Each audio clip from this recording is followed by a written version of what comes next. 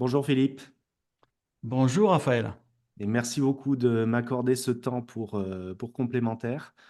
Euh, je voudrais que tu te présentes en quelques mots pour les auditeurs et les auditrices qui ne te connaissent pas encore.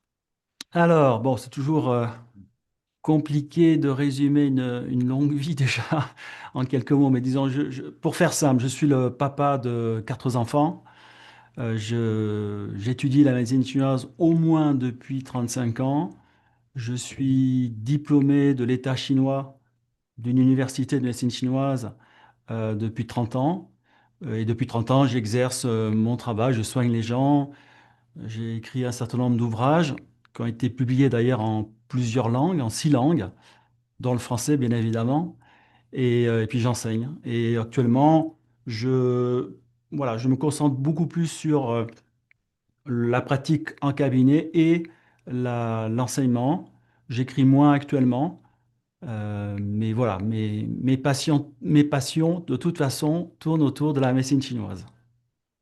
Ok, merci. On va en parler du coup et aujourd'hui je voulais qu'on s'attarde sur quelque chose qui est fondamental en médecine chinoise. Tu me diras si j'ai raison ou tort, mais c'est le diagnostic. Euh, Déjà, avant de commencer, est-ce que diagnostic en médecine chinoise, c'est le bon mot qu'on peut utiliser? C'est le mot le plus simple, plus Oui, en compréhensible? tout cas, si on veut vraiment faire une traduction vraiment littérale, diagnostic est le bon terme. D'accord? On pourrait dire diagnostic ou examen. D'accord? En fait, en chinois, c'est Chen Tuan. Chen Tuan, tu veux dire diagnostic de manière globale. Après, Chen veut dire plutôt précisément l'examen.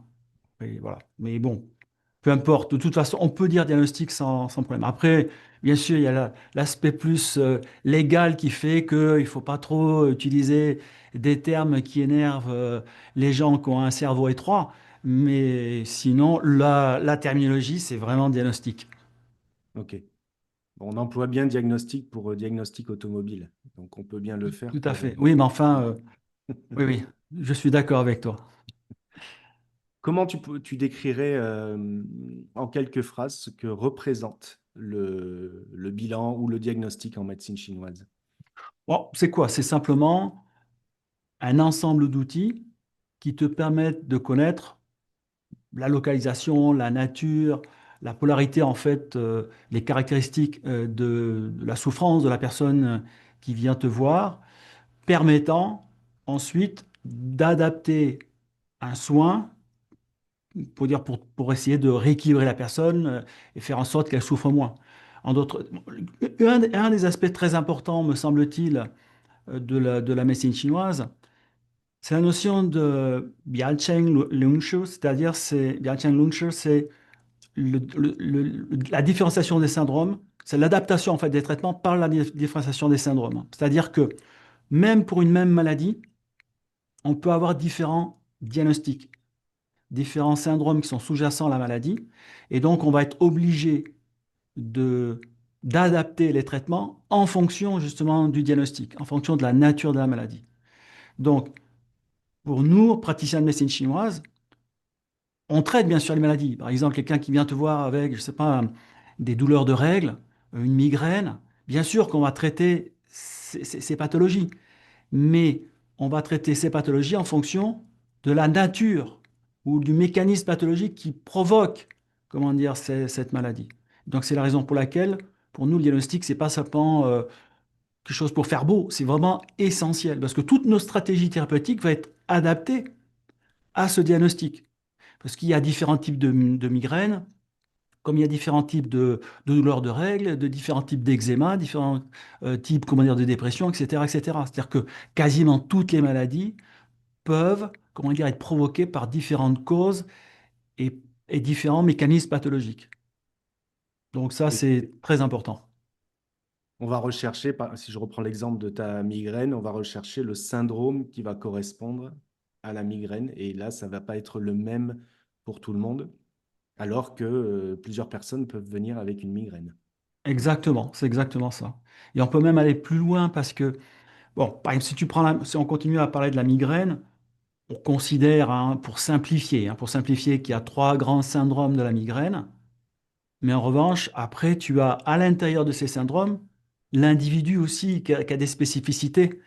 Donc en fait, c'est normalement, tu vas pas traiter, comment dire, tu vas traiter toutes les migraines que tu vas rencontrer au cabinet, tu vas de toute façon les traiter très différemment parce que les traitements sont individualisés. Étant donné que c'est individualisé, tu ne peux pas traiter une même pathologie chez deux personnes différentes de la même manière. C'est pas possible. Même Hmm. s'ils se ressemblent beaucoup, il y a toujours des nuances qui font que. Si on compare donc avec le diagnostic de la médecine conventionnelle, euh, quelles vont être les... Alors les différences, on a un petit peu parlé. Mais oui, en quoi en fait elles sont différentes et surtout en quoi elles ne sont pas concurrentes et du coup et complémentaires, parce que c'est ça qui nous intéresse aussi. Alors, parfois, elles sont quand même concurrentes. Mm. Mais oui, d'accord, oui. Le plus souvent, c'est complémentaire. Bah, la grande différence, si tu veux, du diagnostic de la médecine occidentale et de la médecine chinoise, c'est que les outils pour faire le diagnostic sont complètement différents. En tout cas, si on prend la médecine occidentale, la médecine conventionnelle actuelle, euh, tout l'aspect clinique, c'est-à-dire la palpation des patients, l'auscultation des patients, vraiment est devenu c'est très affaibli par rapport à un médecin d'il y a 100 ans en arrière, de médecine occidentale, où on touchait plus les patients, on auscultait davantage, etc. Alors que là, on est plus basé sur des analyses urinaires, sanguines, des scanners, des IRM, etc., qui apportent une grande précision. Mais donc, du coup, c'est plus la machine qui parle ou l'examen qui parle plutôt que le médecin qui va essayer de, par la clinique, ce qu'on appelle la clinique, permettre de sortir un diagnostic. En médecine chinoise, ben, qui a été créée il y a au moins 2500 ans en arrière, ben, on n'avait pas tous ces outils de médecine biologique. Donc, ben, il a fallu trouver d'autres moyens. Les outils qu'on a, c'est les outils qui sont en rapport avec les cinq sens, c'est-à-dire c'est la palpation, c'est l'observation, c'est l'odorat, etc., l'audition.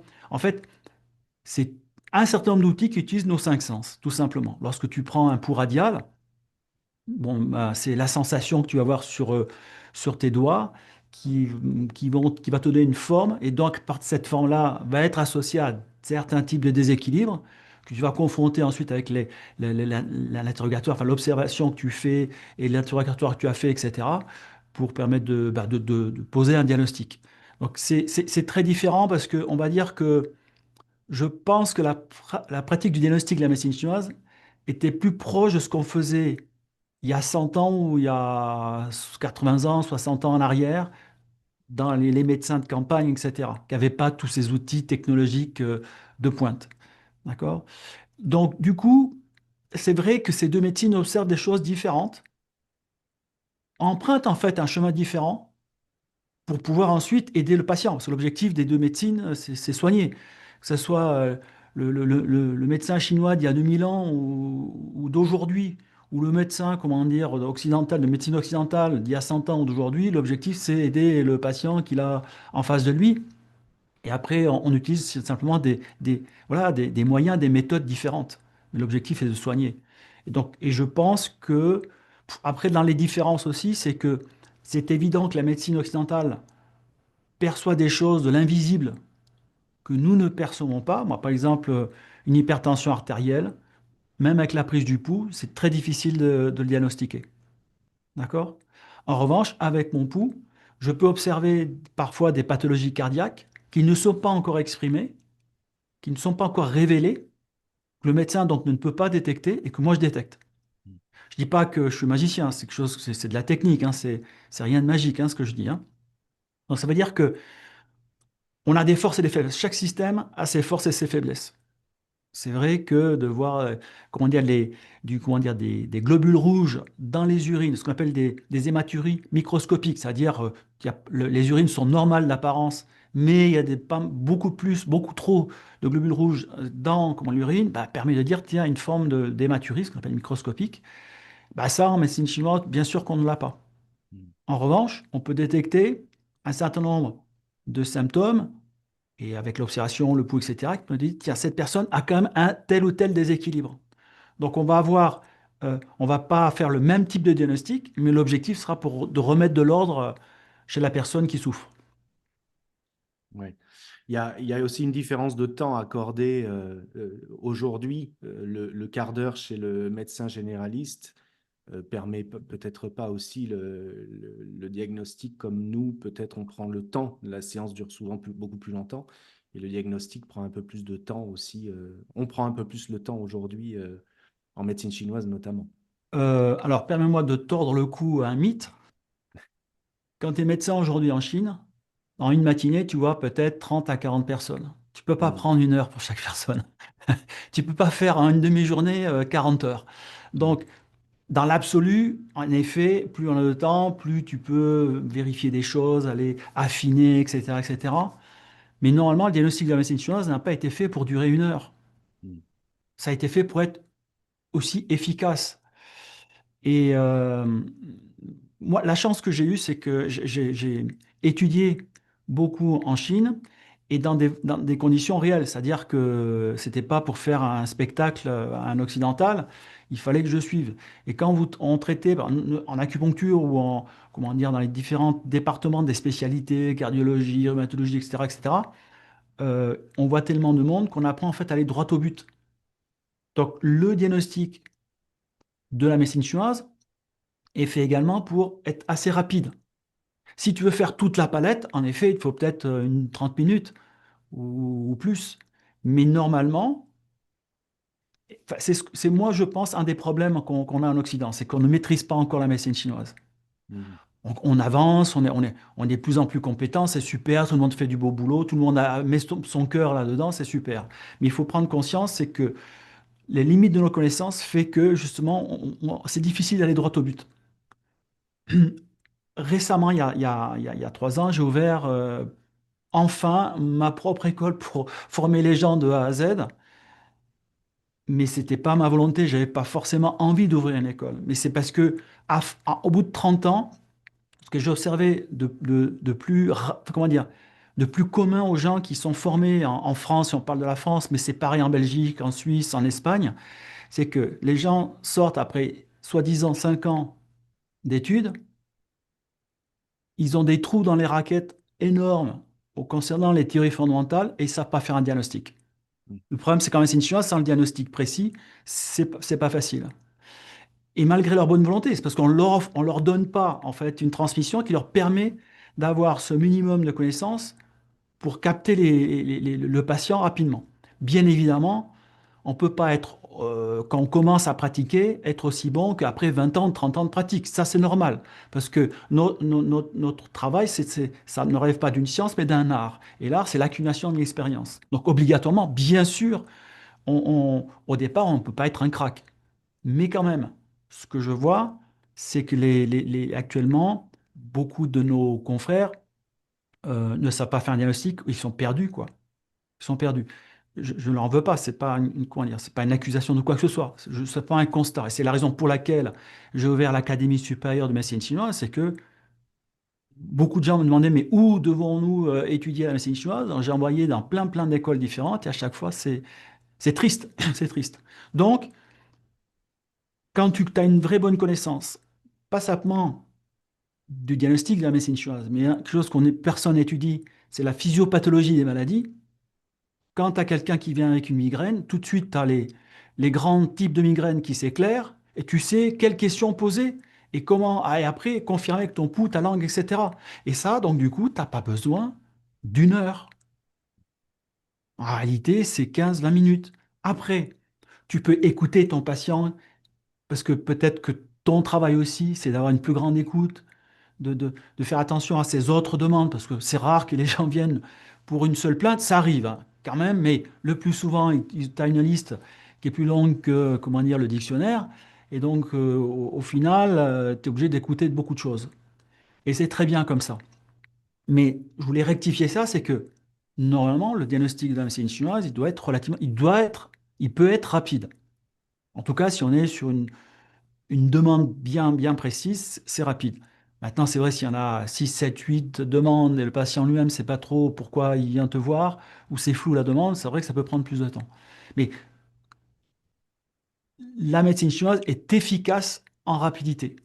D'accord? Oui, et c'est ce qui fait la différence aussi entre l'étude où on étudie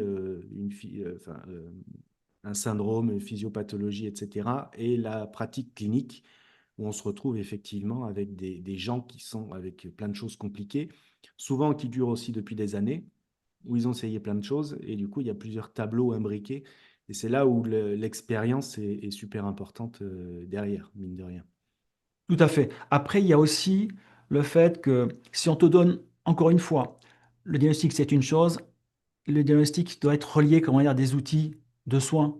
Et par exemple, en acupuncture, il y a des méthodes pour prendre en compte les situations complexes comme ça. Simplement, on ne les enseigne pas. En pharmacopée chinoise, il y a des styles, comment dire, de pharmacopée qui sont très bien adaptés à des situations comme ça complexes.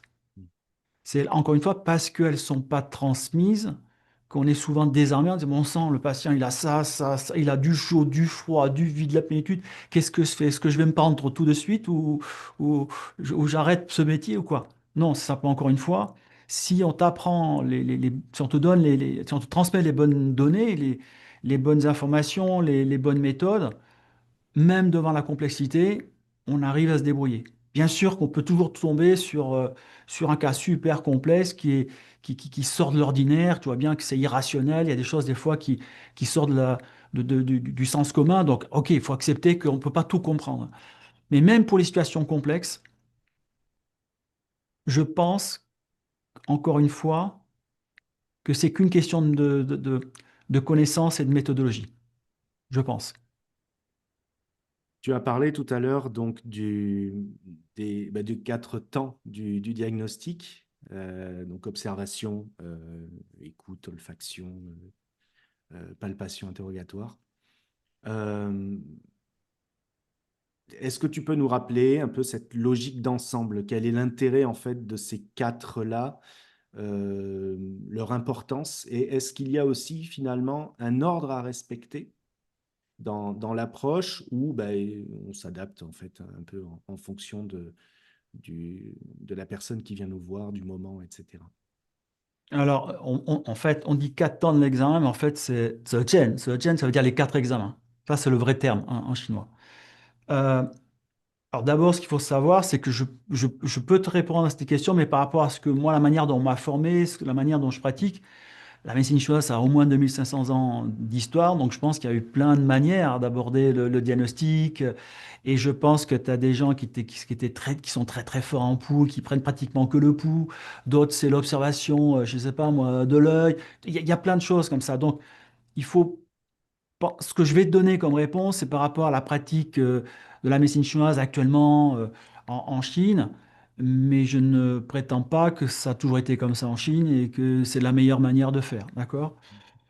Moi, ce que j'ai vu, ce que je fais, bon, la manière en tout cas m'a formé, c'est la première chose, bien sûr, il y a des données générales de l'âge, comment dire, de la profession, des choses de cet ordre-là pour déjà avoir une idée.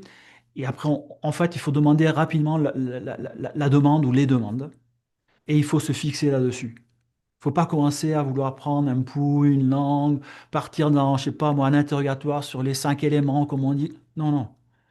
La personne, elle vient, elle dit, bon voilà, moi, je suis, comment dire, euh, j'ai, comment dire, une rectocolite hémorragique.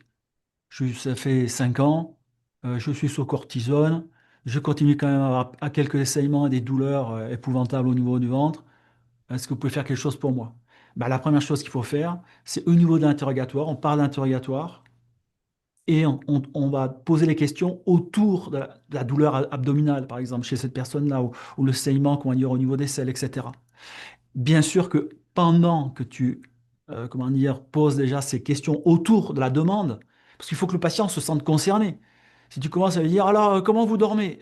Mais attends, camarade syndiqué, moi je viens pas pour le sommeil, c'est mon ventre qui me fait mal.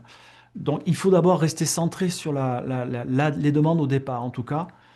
Et bien sûr que pendant ces questionnements, tu observes son teint, sa manière d'être. Puis, tu vois bien s'il est épuisé, fatigué, ou s'il est plein d'énergie, s'il parle fort, pas fort, enfin, tous les détails de l'examen, d'accord, de la médecine chinoise. Et puis au bout d'un moment, quand tu as bien fait le tour, après tu peux peut-être poser quelques questions complémentaires, éventuellement. Et après, tu peux regarder la langue et le pouls. Moi, personnellement, je préfère prendre la langue et le pouls plutôt dans un deuxième temps, hein, quand j'ai fait déjà le tour de l'interrogatoire. Mais ça m'arrive parfois où c'est tout de suite, je dis, mais bon sang, là, c'est le pouls qui va me dire, quoi. Parfois, sur la situation, tu poses une question, tu vois un peu ou plutôt la description, la manière dont te décrit le patient son histoire, et là, tu dis, là, il faut voir le pouls, quoi. Il faut voir la langue et le pouls en priorité. Le plus souvent, c'est en deuxième temps, mais parfois, c'est aussi important. C'est pour ça qu'il faut s'adapter, comme tu disais, aux besoins de la situation, aux besoins du patient pour que nous, on puisse bien comprendre ce dont il souffre. C'est ça l'objectif, c'est que nous, on puisse comprendre ce qui se passe pour tenter de mettre en place une stratégie thérapeutique qui puisse l'aider, quoi. Mais voilà, donc moi, mon conseil, c'est partir des demandes, poser les questions qui sont spécifiques de ces demandes-là. Ça, c'est là où il faut vraiment approfondir l'interrogatoire. L'interrogatoire, le problème de la manière dont on enseigne pareil l'interrogatoire, c'est des listes. T'as un pas, ça veut dire ça. Non, pas. Ça, c'est pas l'interrogatoire, mais je sais pas moi, sur les, la soif, ceci, c'est comme c'est ça, la soif, cela, c'est ça. C'est super, il faut, c'est indispensable. Mais on ne vous explique pas comment. Par exemple, dans le cas où j'ai parlé, là, le cas, la douleur rectocolite hémorragique, le patient vient parce qu'il a encore des douleurs abdominales et, comment dire, du sang dans les selles. Eh bien, il y a des questions qui sont spécifiques des douleurs abdominales. Si on ne les connaît pas, ben, il faut improviser, on ne sait pas trop. Et au bout de 15 ans, on est bon. Sauf qu'on devrait être bon au bout d'un mois. C'est-à-dire après avoir étudié l'interrogatoire. L'interrogatoire, c'est une chose, c'est pas simplement des listes comme ça. C'est selon les grandes pathologies, les grandes maladies. On ne peut pas avoir toutes les maladies, mais les choses qui sont les symptômes clés qu'on retrouve dans plein, plein, plein de maladies, il faut savoir quelles sont les questions à poser. Parce que ça découle tout de suite sur on écarte cette possibilité ou on la garde. Hein, dans le diagnostic différentiel, il y a différentiel. Ça, je prends, ça, je garde, il y a le diagnostic d'exclusion, etc. Donc, si tu veux, avec un, si tu connais bien l'interrogatoire, la plupart de nos patients peuvent facilement, comment dire, cerner assez vite la problématique. D'accord? Et à partir de là, voilà, après, tu utilises, tu regardé déjà ton patient. Parfois, il y a de la palpation. Moi, dans le style de pharmacopée que j'utilise, on aime bien vérifier certaines choses au niveau abdominal, etc., au niveau sur la région thoracique latérale, au niveau de l'épigase, l'épiogastre, etc. Donc, ça peut être un complément. Et puis voilà quoi. Donc, il y a palpation, On va le en parler pouls, tout à le l'heure pouls qui de... est. Pardon? Non, non, je te coupe, pardon. On en va en parler tout à l'heure de la palpation. Je voudrais qu'on reste un petit peu sur l'observation dans un premier temps. Quels sont les... Alors, tu vas me dire, ça va dépendre de ce pourquoi la personne vient. Évidemment, on n'observe pas la même chose chez quelqu'un qui a mal au ventre et quelqu'un qui a mal ailleurs. Euh, Quelles sont quand même les choses à observer qui sont... euh, en fait, que tu as remarqué avec ton expérience clinique, les choses, on ne peut pas passer à côté. En fait, ça, c'est quasiment à chaque séance au niveau de l'observation.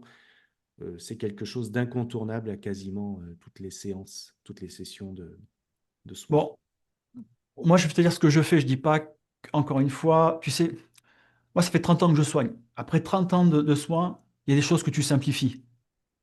Au début, tu essayes de tout mettre parce qu'on t'a dit il y a ça, ça, ça et ça. Et moi, tu simplifies. Pour moi, l'observation, alors, c'est d'abord le visage. Et la première chose, c'est est-ce qu'il y a de la vitalité dans le visage ou pas, quoi. Tu vois si la personne elle est éteinte ou pas. Hein, d'accord? Et ça, c'est super important parce que ça va te permettre de savoir déjà si elle est dans un état de déficience ou de vitalité normale ou de déficience importante. Parce que des fois, il y a des gens qui ont des maladies chroniques qui leur pourrit la vie, mais une vitalité finalement, enfin, le corps, c'est ça adapté. Donc déjà, il y a cette espèce de lumière ou de radiance qui sort de la personne. Du visage en général et des yeux aussi. Des fois, tu as des yeux qui sont éteints. Et ça, c'est important. Enfin, moi, je sais que c'est une chose que je regarde beaucoup. Et surtout entre les séances, surtout quand je suis bien sûr, quand je suis les gens, surtout en présentiel et, comment dire, en acupuncture. forcément, c'est une des choses que je regarde. C'est est-ce que la personne a une modification au niveau de, voilà, de son, de sa radiance, de ce qui sort de sa vitalité, chêne, le chêne, comme on dit. D'accord? Donc ça, c'est une chose que je regarde beaucoup. Et après, c'est voir si sur le visage, bah, tu as des couleurs particulières, quoi.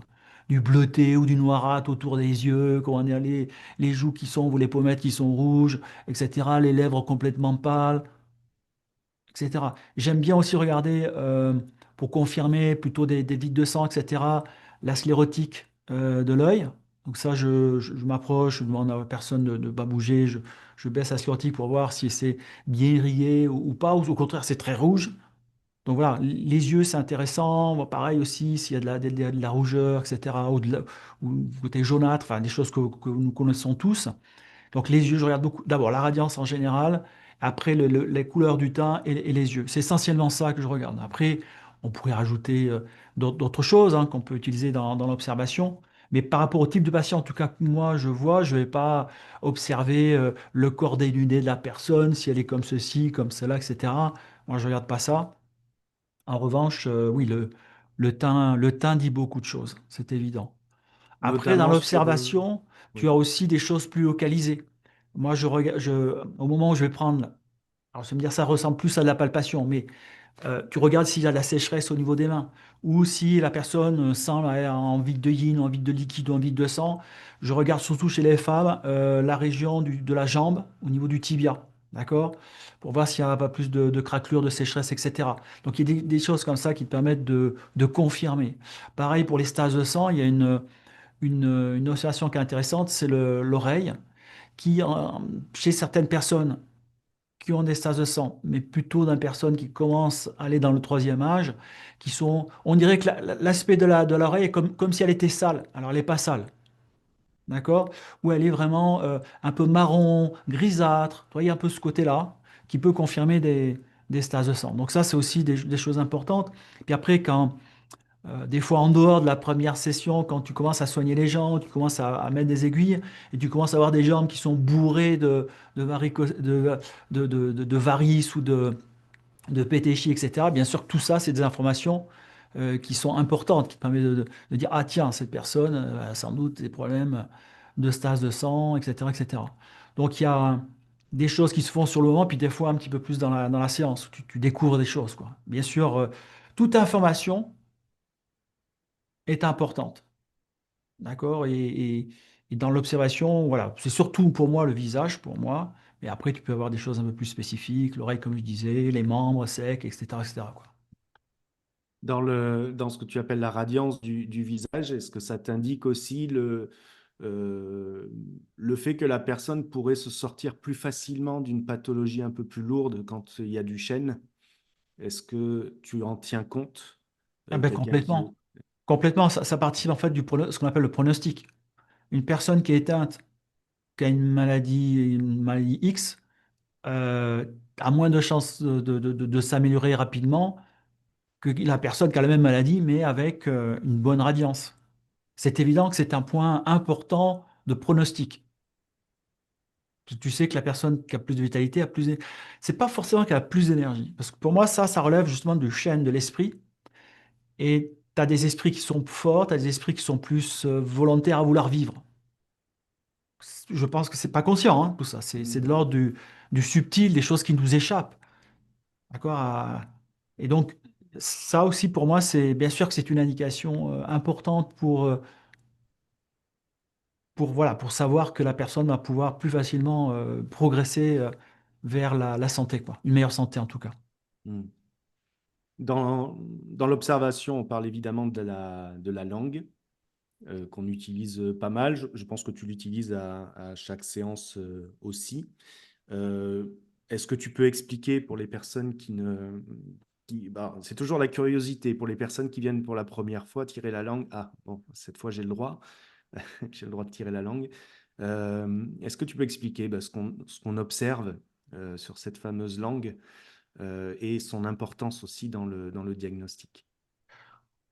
Bah, justement, l'observation de la langue, ça fait partie de ces outils qui nous permettent d'observer l'intérieur du corps. En fait, c'est comme un miroir de ce qui se passe à l'intérieur du corps. Donc ça, c'est une, comment dire, une théorie de la médecine chinoise ancienne, Xiang, Santian, ça veut dire, si vous voulez, c'est l'image extérieure des organes internes.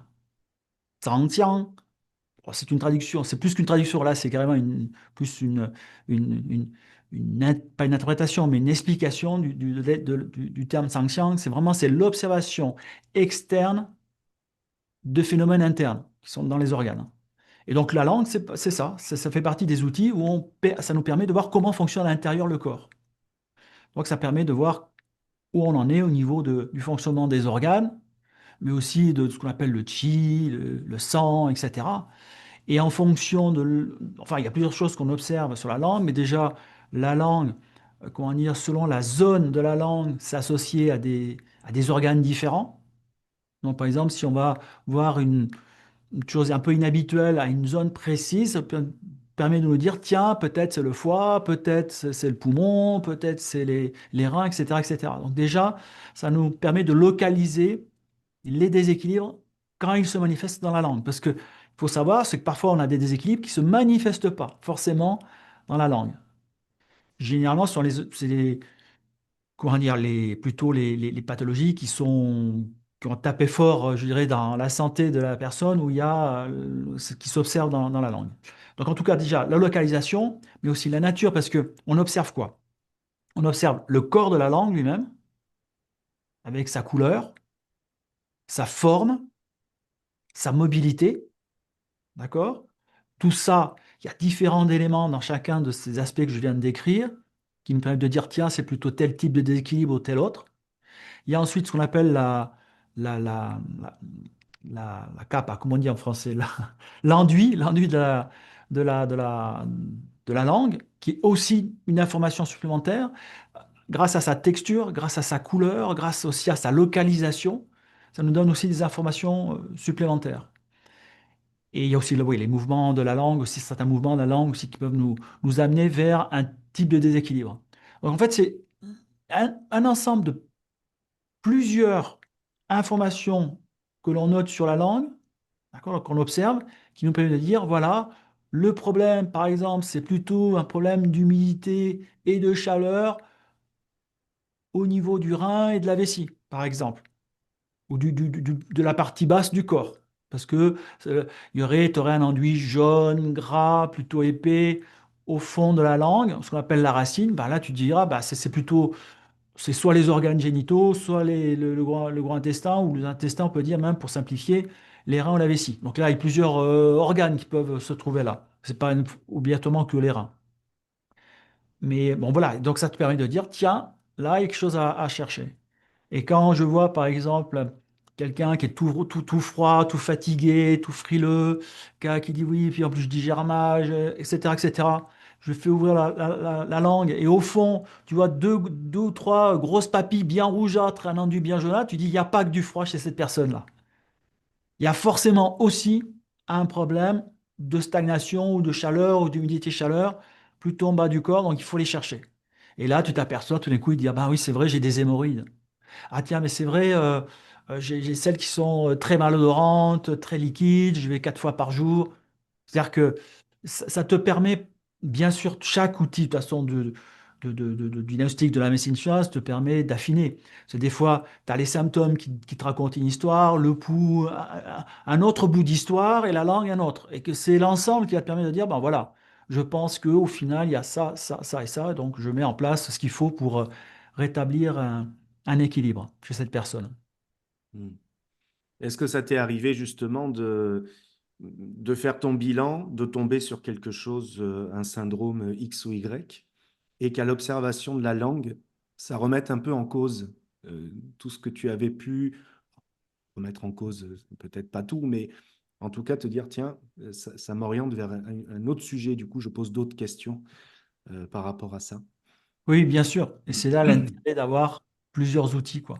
C'est-à-dire l'interrogatoire, certes, mais l'observation, la langue, le pouls, c'est sûr que parfois, assez souvent, c'est cohérent. Et parfois, en effet, la langue va te donner comment dire, une information que tu n'avais pas avec l'interrogatoire. Pourquoi? Parce que tu n'as peut-être pas posé les bonnes questions, ou le patient n'a pas répondu complètement comme il aurait dû répondre. Parce qu'il y a aussi ça, c'est que c'est quand même, il y a une partie subjective. De toute façon, il faut pas oublier une chose, c'est que toutes les médecines, toutes sont des arts. Aucune est scientifique. Je sais bien on nous vend l'histoire que la médecine, notre médecine conventionnelle occidentale est scientifique, mais ça c'est un système de croyance actuel, mais ce n'est pas scientifique, c'est un art. D'accord? Et donc dans tous les arts, ben, et surtout quand l'objet c'est l'être humain, il y a une partie subjective. Notre subjectivité en tant que soignant et l'objectivité, la subjectivité en tant que soignant, la subjectivité en tant que patient. Et parfois, en effet, nous, on pose mal les questions, pas celles qu'il faudrait, et en plus, comment dire, le patient va répondre à côté.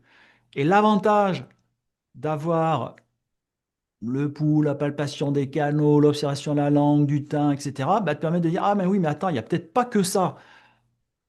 Et après, tu affines. Donc ça, c'est bien sûr que c'est parfois ça remet en cause, bien sûr, parfois, bien sûr, ça remet en cause ce que j'avais vu au départ. Le plus souvent, c'est plutôt que ça le complète, mais parfois, ça remet en cause, en disant, mince, j'ai cru ça, puis après, tu t'aperçois que, bah non, ouais, cette chaleur que je voyais, finalement, c'est plutôt un espèce de collapsus de Young qui est en train de s'échapper, et forcément, ben, le traitement, il va être complètement différent, quoi. Donc oui, et puis faut savoir aussi se remettre en cause, hein. Donc la langue, elle va changer au fur et à mesure des traitements qu'on va donner, que ce soit acupuncture, pharmaco, etc. Est-ce qu'une langue constitutionnelle qui va être, je ne sais pas, moi par exemple, toute fissurée et rouge depuis aussi longtemps que la personne se souvient qu'elle a regardé sa langue, est-ce que là, on peut y voir une évolution de cette langue-là, où il y a quand même des limites au changement de cette forme, de cette Bien sûr. langue? Si tu arrives à avoir un impact assez fort sur le corps pour modifier vraiment une constitution, il y a des changements. Est-ce que c'est un changement radical où toute la langue se transforme? Non, mais tu peux avoir vraiment des choses étonnantes, même des fissures. D'accord? Même des fissures, comment dire, comme si ça se refermait ou ça se régénérait, je ne sais pas comment te dire. Ça, c'est vraiment possible. Maintenant, changer les constitutions, c'est pas facile. Parce qu'il y a la constitution, le terrain de la personne, éventuellement sa maladie. Et en plus, souvent avec l'âge, les constitutions prennent de plus en plus de force et de place dans la vie de la personne. Et plus ça prend du temps, enfin, plus le temps passe, bien sûr, plus les choses se fixent. Donc, c'est pas facile de changer la constitution d'une personne qui a, je sais pas, 60 ans, 70 ans, 80 ans. Plus facile chez un enfant, bien évidemment. Donc, ça veut dire quoi? Oui, normalement, si on arrive à avoir un impact suffisant pour changer une constitution ou la modifier ou l'atténuer, on peut avoir des changements de la langue qui se voient véritablement. D'accord? Maintenant, c'est pas si facile de faire changer. En fait, ce que tu arrive le plus souvent, c'est un patient qui a une tendance, une constitution, un terrain, plus des pathologies. Tu améliores les pathologies, mais le terrain reste toujours plus ou moins comme ça. Alors, des fois, bien sûr, il change aussi, ou il s'améliore, ou il s'atténue. Mais c'est pas si facile de le faire disparaître. Mais ça arrive, ça, c'est possible, c'est vraiment possible. Oui, ça demande des traitements plus longs et puis que le patient soit aussi discipliné pour que ça dure dans le temps aussi. Oui, mais même pas, mais il n'y a même pas ça en fait. Si tu veux, Raphaël, parfois, enfin, moi, plus je pratique la médecine chinoise, plus je me rends compte que l'être humain est d'une grande est surprenant. L'être humain est très surprenant et a une multitude, comment dire, de réactions face au traitement qui est assez incroyable. Tu peux vraiment faire des miracles chez cette personne avec des fois très peu de choses et très vite. Et des choses parfois qui paraissent toutes simples, oh, pas de problème, vous allez voir, on va rigoler. Tu l'accroches pour 6 mois, quoi.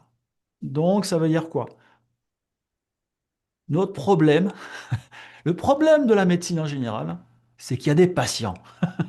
et que ces patients sont des humains. Et la machine humaine est sans doute pas qu'une machine. Il y a des choses qui nous échappent. En tout cas, nous, dans la vision chinoise, on sait qu'il y a de l'esprit, il y a du chi, et comment dire, il y a un corps bien sûr physique, et que cette complexité fait que même pour des choses compliquées, des fois, on a des résultats incroyables et vraiment rapides, et tu peux avoir vraiment des changements qui sont choquants, et des fois des choses qui paraissent plus simples ou c'est difficile, c'est compliqué. D'accord? Une des questions que mes patients me posent le plus souvent, c'est, d'après vous, combien de temps va falloir que je vienne vous voir? Je peux répondre sur des pathologies aiguës, sur des pathologies chroniques, c'est super difficile, compliqué. C'est très compliqué. Et en plus, c'est difficile de leur dire, bon, écoutez, moi je pense qu'il faut dire, pour ce que vous avez, il faut au moins une année. C'est-à-dire que de mon point de vue, il y a un risque de bloquer la personne, enfin de bloquer ses propres forces de guérison qui pourraient la soigner ou la remettre d'aplomb avec ton aide en un mois. Tu vois ce que je veux dire? C'est-à-dire que moi, je pense que nous, notre job, c'est d'envoyer des impulsions pour rééquilibrer des choses, d'accord? Pour réharmoniser. La médecine chinoise, la civilisation chinoise, c'est la notion d'harmonie. C'est remettre de l'équilibre là où il y a du déséquilibre, d'accord? C'est une vision particulière de l'humain, du monde, etc., de l'univers, en tout cas l'univers tangible, d'accord? Euh, donc ton job, c'est d'envoyer des impulsions pour que le corps se soigne lui-même. T'es pas l'ultra puissant magicien qui va transformer la personne. Oui et non. Non, parce que moi je pense que d'abord, c'est on envoie des impulsions thérapeutiques de rééquilibrage. Après, le corps, il le prend pas, il le prend bien, il le prend moins bien, etc. Bien sûr qu'il y a quand même un aspect humain aussi dans le thérapeute. Moi, comment dire, euh, il y a en Occident, il y a deux personnes, moi, qui m'ont étonné en termes de thérapeutes. Il y en a un qui est en France, s'appelle Jean-Christophe, c'est un de mes collaborateurs dans la formation supérieure en acupuncture. Et puis c'est un ami américain qui s'appelle Frank Butler, qui est dans le monde de la médecine chinoise depuis très très longtemps. C'est deux êtres à part qui ont un truc à part. Ils ont un truc en plus qui font qu'ils ont des résultats que moi je n'arrive pas toujours à avoir. Donc il y a aussi quand même la personne qui a quelque chose qui fait que. D'accord? Au-delà de la technique. Mhm.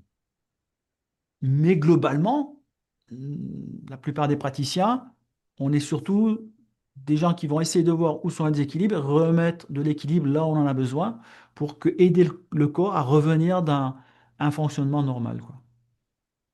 Oui, surtout que même s'il y a une pathologie chronique qui dure depuis longtemps, on peut toujours agir sur des symptômes qui sont un peu aigus, notamment digestifs, assez rapidement et déjà donner euh, quelque chose de positif à ces personnes-là en leur disant, mais au moins ça, déjà, ça va, et le reste, ça les Puis c'est encourage déjà aussi. bien. Voilà. C'est déjà bien, hein. Moi, je suis des patients, des patientes en ce moment qui avaient des migraines depuis 30 ans. Ben, je vais te faire un aveu, j'ai pas réussi à guérir leur migraine. Et pourtant, pour elles, je suis indispensable à leur vie. Pourquoi? Parce qu'au lieu d'avoir une migraine tous les 2 ou 3 jours, ils ont une migraine par mois ou une migraine tous les 2 mois. C'est que j'ai pas réussi à régler leur migraine. Mais pour elles, elles disent, mais c'est incomparable. Avant, c'était sans arrêt, que j'étais 2 fois par semaine. Et là, c'est de temps en temps, tous les mois, tous les 2 mois. J'ai pas réussi à les soigner. Mm. Mais pour elles, mon Dieu, elles me gardent. Elles veulent pas. Mais je leur dis souvent, mais non, je suis limité, hein, je peux pas faire mieux. Allez voir quelqu'un d'autre. Mais c'est elle qui ne veut pas. Et donc, je fais mon job. Je me mets à leur service. Mais donc, voilà, déjà, c'est déjà bien de soulager. On ne peut pas toujours guérir les patients. Mais au moins les soulager et faire en sorte que leur vie soit plus agréable, qu'il y ait un mieux-être. C'est important. Mais je trouve ça important ce que tu dis, notamment chez les jeunes praticiens qui ne voient peut-être pas tout le temps les bienfaits qu'ils apportent et qui sont à la recherche de ah ben oui, mais elle a encore mal si machin, mais il faut quand même aussi voir les évolutions et que quelqu'un comme toi, avec ton bagage et tes années de pratique, nous dise bah, qu'il y a des moments où déjà reculer les choses, c'est déjà beaucoup. Je trouve que c'est important aussi pour les jeunes praticiens d'entendre ça. Bah, c'est ce qu'ils devraient déjà entendre dans leurs écoles, Mm. parce que c'est ça la vérité. Mm. C'est ça la vraie vie. C'est ça la vraie vie du cabinet. Après, Pour des raisons qui m'échappent, c'est pas transmis comme ça, mais normalement, ça devrait être transmis comme ça. Il faut transmettre le réel. Il faut pas transmettre l'idéologie ou le rêve, de mon point de vue. Quand on parle de l'écoute, qu'est-ce que tu entends au-delà des mots? Bah, c'est essayer de capter, si tu veux, le mal-être de la personne, sa souffrance. Ça, c'est super important pour déclencher l'empathie déjà en toi, pour avoir une forme de motivation à vouloir vraiment le soigner. Et de ne pas faire ça de manière automatique comme un fonctionnaire. Comme un fonctionnaire qui regarde comment dire, son ordinateur, ses examens et qui ne regarde pas le patient. Moi, on m'a souvent dit ça. Donc déjà, c'est d'être présent. L'écoute, c'est déjà d'être présent. Et l'écoute, c'est une écoute. C'est-à-dire qu'on écoute la personne, on l'aide pour aller plus loin parfois si c'est nécessaire pour mieux la comprendre. Mais de mon point de vue, c'est capter, si tu veux, ses souffrances, capter aussi. C'était quand? Mardi, j'avais une patiente qui vient avec sa fille. Il rentre. Bon, moi, je demande toujours, c'est qui? C'est vous, madame la patiente. Ok, vous acceptez que votre fille vienne avec vous parce qu'ils sont. Oui, oui, c'est bon, etc. Pose une question. Donc, pose une question. Elle dit voilà, je suis ceci, cela. Et je sens que ça va, que c'est pas ça, quoi. Je sens que le truc, c'est. Et j'essaie de. Non, mais j'ai dit, mais ok, mais ça, vous me dites ça, mais il n'y a pas ceci, il n'y a pas cela. Je creuse, j'essaie de la pousser dans ses retranchements. Parce que moi, j'ai besoin de savoir réellement ce dont elle souffre. Je voyais qu'en fait, ce dont elle parlait, c'était pas sa vraie souffrance. Donc je dis, écoutez, voilà ce qu'on va faire. On va faire sortir votre fille, après on va continuer. Et c'est là, elle a commencé à dire, ben voilà, j'ai ça, ça, ça et ça. Donc ça veut dire qu'il faut savoir capter. Alors ça aussi, je pense que ça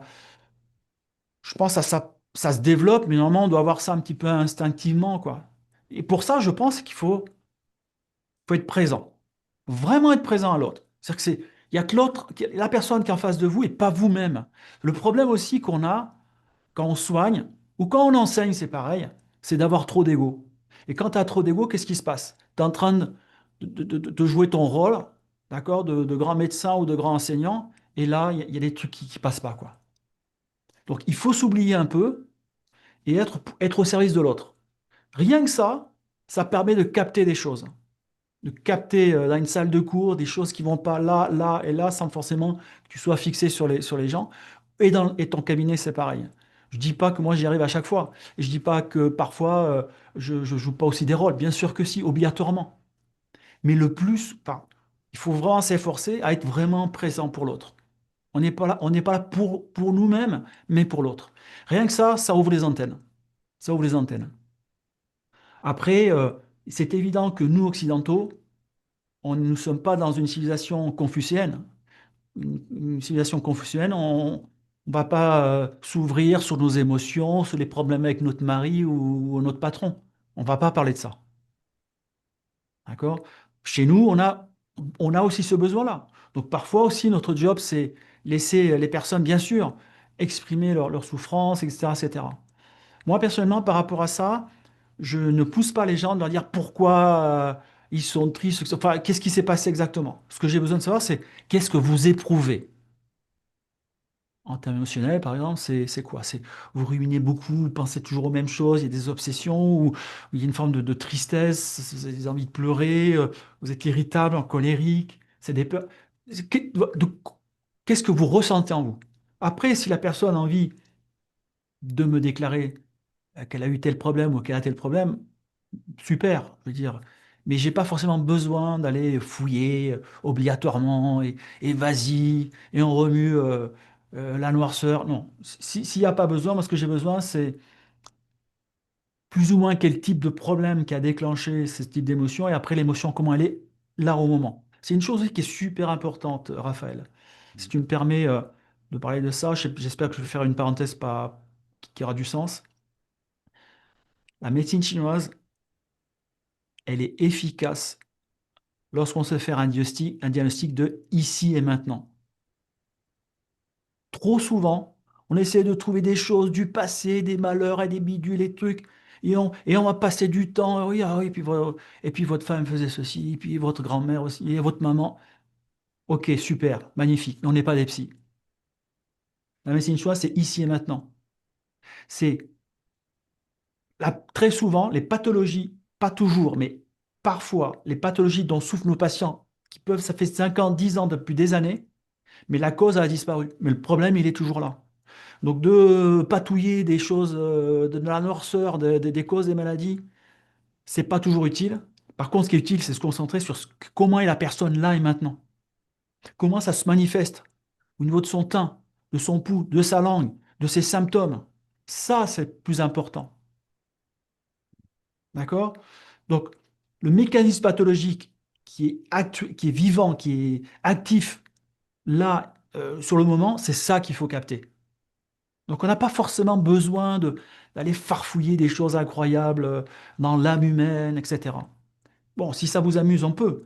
Mais pour être précis, il faut traiter le patient tel qu'il est là maintenant devant vous. Pas tel qu'il était il y a 3 ans en arrière, il y a 10 ans en arrière. Ça, c'est fausse route, les gars. Traitez-le comme il est là maintenant. Ça, c'est une clé pour avoir de meilleurs résultats. Ah oui, mais il y a 4 ans, c'est suite, il s'est fait licencier, il est très, très frustré, il était en colère. Oui, mais est-ce que aujourd'hui c'est ça le problème ou le fait que ben, l'ensemble de ce que je perçois de lui, c'est, je dis n'importe quoi, des mucosités chaleur dans le poumon. Ces mucosités chaleur dans le poumon, te casse pas la tête à traiter sa frustration, sa colère d'il y a 4 ans en arrière ou 5 ans en arrière. Ça sert à rien. Il faut traiter la personne telle qu'elle est, pas telle qu'on l'imagine. Et ça, c'est une deuxième chose importante. Enfin, mais trop de praticiens de médecine chinoise, ou de jeunes étudiants ou d'étudiants, fonctionnent en termes de maladies et en plus de maladies occidentales. Mon patient, il a, comment dire, de l'hypertension artérielle. Et voilà, et là, on ne traite pas le patient, mais l'idée qu'on se fait de la maladie occidentale en essayant de la traduire en chinois. Là, on se plante la plupart du temps. Des hypertensions artérielles, la plupart des gens te diront, ouais, mais c'est une montée du yang du foie. Ah oui, parfois. Mais il y a aussi des vides de chi, des vides de sang qui donnent l'hypertension artérielle. Des choses qui n'ont rien à voir. Des vides de yin du foie et des reins, des choses comme ça. Donc, si tu associes à une maladie un syndrome, ça, c'est pas de la médecine chinoise. Ça, c'est perdre son temps. C'est débile. Il faut toujours partir. Ok, le patient il va venir avec sa maladie. J'ai une rectocolite hémorragique. Ok. Maintenant, c'est quoi? Comment ça s'exprime chez vous? Qu'est-ce qui se passe chez vous? C'est ça qui est intéressant. Et c'est à partir de ce que tu vois, ce que tu ressens, ce que tu palpes, que tu vas pouvoir poser ton diagnostic. Et pas à cause d'un nom de maladie. Combien de fois dans mes forums, même les forums privés, des gens comment dire, auxquels j'ai eu une formation avant un autre, c'est voilà, mon patient il vient pour une sciatique, qu'est-ce que je fais? Waouh, si t'en es là, mon pote, ah, faut peut-être changer de métier, peut-être qu'il y a des trucs super à faire, hein. Il y a d'autres métiers sympas, hein. Donc en fait, il faut arrêter de penser en termes de maladie et penser plutôt l'état, voir comment est votre patient, sentir avec sa maladie comment ça se manifeste tout ça, quoi, à tous les niveaux, quoi. Et là, on se rapproche des besoins du patient et on traite les besoins du patient. Je vais dire un truc absurde pour ceux qui connaissent bien sûr la médecine chinoise. Admettons que la personne vient avec une hypertension artérielle, ok? Et que dans la symptomatologie, tu fais tout ton diagnostic, ce que tu vois, c'est une humidité-chaleur de la vessie. Ah, tu dois traiter l'humidité-chaleur de la vessie. C'est ça la médecine chinoise. C'est pas traiter des a priori, c'est pas traiter des idées préconçues, c'est traiter des patients dans le réel, ici et maintenant. Ça, c'est super important. S'il n'y a qu'une chose, si vous voulez, ceux qui vont nous écouter et retenir de tout ce qu'on raconte là, c'est ça le plus important. Parce que c'est pas du tout encore intégré dans notre profession. Trop de gens pensent en termes de maladie, avec des idées préconçues. Le cholestérol, c'est des mucosités. Eh les gars, ça, c'est pas de la médecine chinoise. Désolé, mauvaise nouvelle. C'est pas de la médecine chinoise. Ça, c'est, je sais pas ce que c'est, mais c'est pas de la médecine chinoise. J'espère Après, avoir répondu souvent, à ta question. dans les classifications des pathologies, bah, dans la plupart des livres qu'on peut trouver, c'est souvent rangé d'un point de vue de la maladie occidentale, hypertension, etc. Et en découlent tous les tableaux dessous. Donc c'est vrai qu'il y a peut-être aussi cette espèce de réflexe.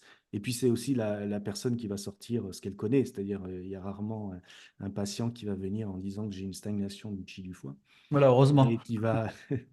mais qui va, voilà, qui va nous sortir un tableau. Et c'est vrai que ça peut mettre des œillères, en fait, en se disant, bah, il faut que je me concentre sur ça, alors qu'en fait, ce n'est que une expression de symptômes, d'un syndrome, etc. Mais si tu me permets, c'est pas un problème de partir de la maladie avec un nom occidental ou un nom chinois, peu importe. Mais après, il faut faire le job derrière, quoi. C'est-à-dire Mm. qu'il faut faire son job de faire une analyse complète du patient pour comprendre chez cette personne l'hypertension artérielle, elle est associée à quoi? Ce qu'il faut pas, on peut dire voilà, hypertension artérielle, ça peut être ça, ça, ça et ça. Ça, c'est bon, ça, on peut le faire, on le fait. En Chine, on fait ça. Mais on ne dit pas hypertension artérielle, c'est que ça. Ça, c'est une erreur. Il y a différents types d'hypertension artérielle, comme il y a différents types de diabète, etc., etc.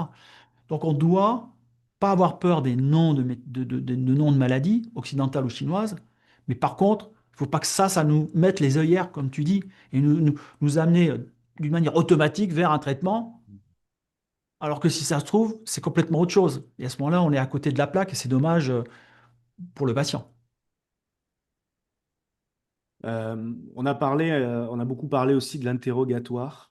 Euh, Est-ce que tu as un exemple de questions qui auraient pu retourner un petit peu ton bilan, un peu comme tout à l'heure avec la langue, où on avait cette langue-là qui nous indique quelque chose de particulier? Est-ce que dans l'interrogatoire, finalement, on peut se perdre à discuter un peu avec la personne et puis finalement passer à côté de quelque chose, d'une information importante? Est-ce que tu as eu ce cas-là? Est-ce que tu En as un fait, exemple? j'ai déjà répondu à cette question. Il ne faut pas se perdre. Il faut pas en fait poser les 300 questions possibles. C'est se focaliser autour des symptômes clés de la souffrance du patient. Si la souffrance du patient, c'est qu'il a des, je sais pas moi, des douleurs de règles, bah, tu dois poser les questions qui sont spécifiques aux douleurs de règles. Et quand tu as bien fait le tour, tu peux poser certaines questions adjacentes qui ont une logique à poser. Alors, admettons que tu t'aperçois que, je sais pas moi, le problème c'est une stase de sang qui favorise chez cette personne-là, juste avant les règles ou au moment des règles, des fortes douleurs pas possibles, d'accord? Bah, à ce moment-là, stase de sang, ça veut dire quoi? Le sang circule moins bien, bah, tu poses des questions autour de la circulation du sang, tu vois? Et puis il y a certains types de, comment dire, de manifestations qui sont liées à la stase de sang, après qui ne sont peut-être pas l'interrogatoire, mais plus l'observation, etc. Mais de dire, est-ce que par exemple, ça vous arrive d'avoir la bouche sèche ou soif la nuit, ben ça peut être aussi un signe de stase de sang. Tu vois, pas simplement un vide de yin ou vide de sang ou je sais pas quoi. Donc, non, des questions clés pour moi, c'est, pour poser un bon interrogatoire, il faut connaître la physiopathologie des maladies. La physiopathologie des maladies. On ne peut pas connaître la physiopathologie de toutes les maladies. Mais déjà, si tu connais la physiopathologie des grands symptômes clés de l'interrogatoire, après, je veux dire, après, tu as un instinct pour savoir poser les questions. Est-ce Parce que que, tu peux donner un exemple pour que ce soit peut-être plus concret pour ben, les auditeurs? donne-moi un symptôme. Pour migraine, par exemple? Ça peut Migraine. se... Bon, ben, la migraine, les premières choses, comment dire qu'il faut avoir déjà en tête, si tu permets l'expression, c'est, tu sais que les- on va dire les trois grands types, il faut dire qu'il y en a un petit peu plus, mais les trois grands types, ceux qui sont les plus communs, c'est euh, montée hyperactivité du yang du foie, stase de sang et mucosité qui harasse la tête. Ça, c'est les trois plus grands, on va dire, comment dire, syndrome. syndromes qui engendrent la plupart du temps les migraines. Bah déjà, tu vas faire un scanner comment dire, des douleurs qui sont spécifiques de chacune. Par exemple, la migraine qui est due, comment dire, à une montée du yang du foie, elle va être beaucoup plus subtile. C'est plus par, comment dire, par dilatation plutôt, sensation de dilatation. dilatation. Ça me présente l'impression que, comment dire, il y a quelque chose qui veut sortir hors de ta tête. Tu vas avoir, comment dire, souvent, tu peux avoir, comment dire, des sensations de chaleur dans la tête. D'accord? Bien sûr, tu vas avoir des signes spécifiques de montée du yang du foie, etc. Mais tu vois qu'il y a plus de chaleur dans la tête. Les yeux peuvent être rouges ou tu vas avoir les yeux chauds. Tu dis à la personne, quand vous fermez les yeux, quand vous avez une crise de migraine, est-ce qu'ils sont chauds? Ah oui. Voilà. Ça, les yeux chauds ou secs ou un petit peu rouges. La sensation de chaleur dans la tête. Comment dire, la dilatation. Ça, c'est un truc spécifique, assez spécifique, comment dire, de ce type de migraine. À ce moment-là, tu sais qu'on est plutôt Toi, tu as posé les questions autour de la tête, là, pour le moment. La tête, ou voilà, la tête, parce que les yeux, c'est dans la tête. Alors après, tu vas affiner, tu vas essayer de voir s'il y a les autres symptômes clés de la montée du vernis du foie. Pour les, comment dire, les migraines de stase de sang, ça, c'est les migraines coups de poignard. C'est les coups de poignard. C'est très, très, très localisé. Ils vont dire, oh, ça me perce l'œil.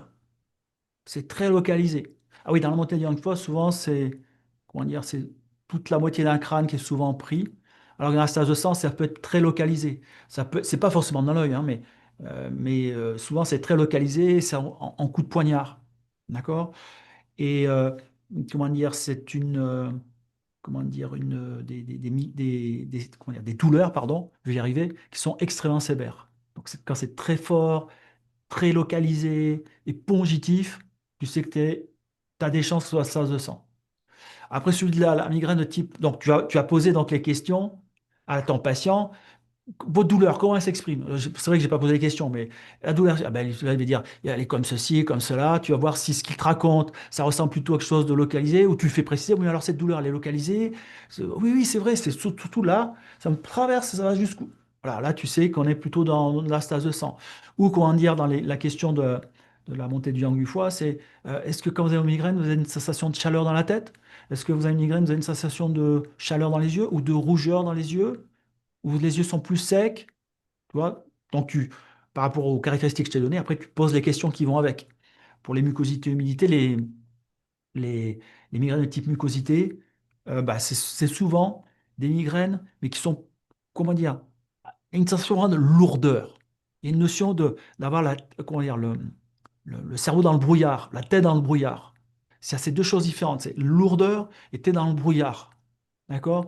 C'est des trois, celle qui est peut-être la moins douloureuse, mais il y a ce côté lourd, comment dire, et la personne te dit, j'ai l'impression d'avoir la tête dans le coton, ou alors l'esprit dans le coton.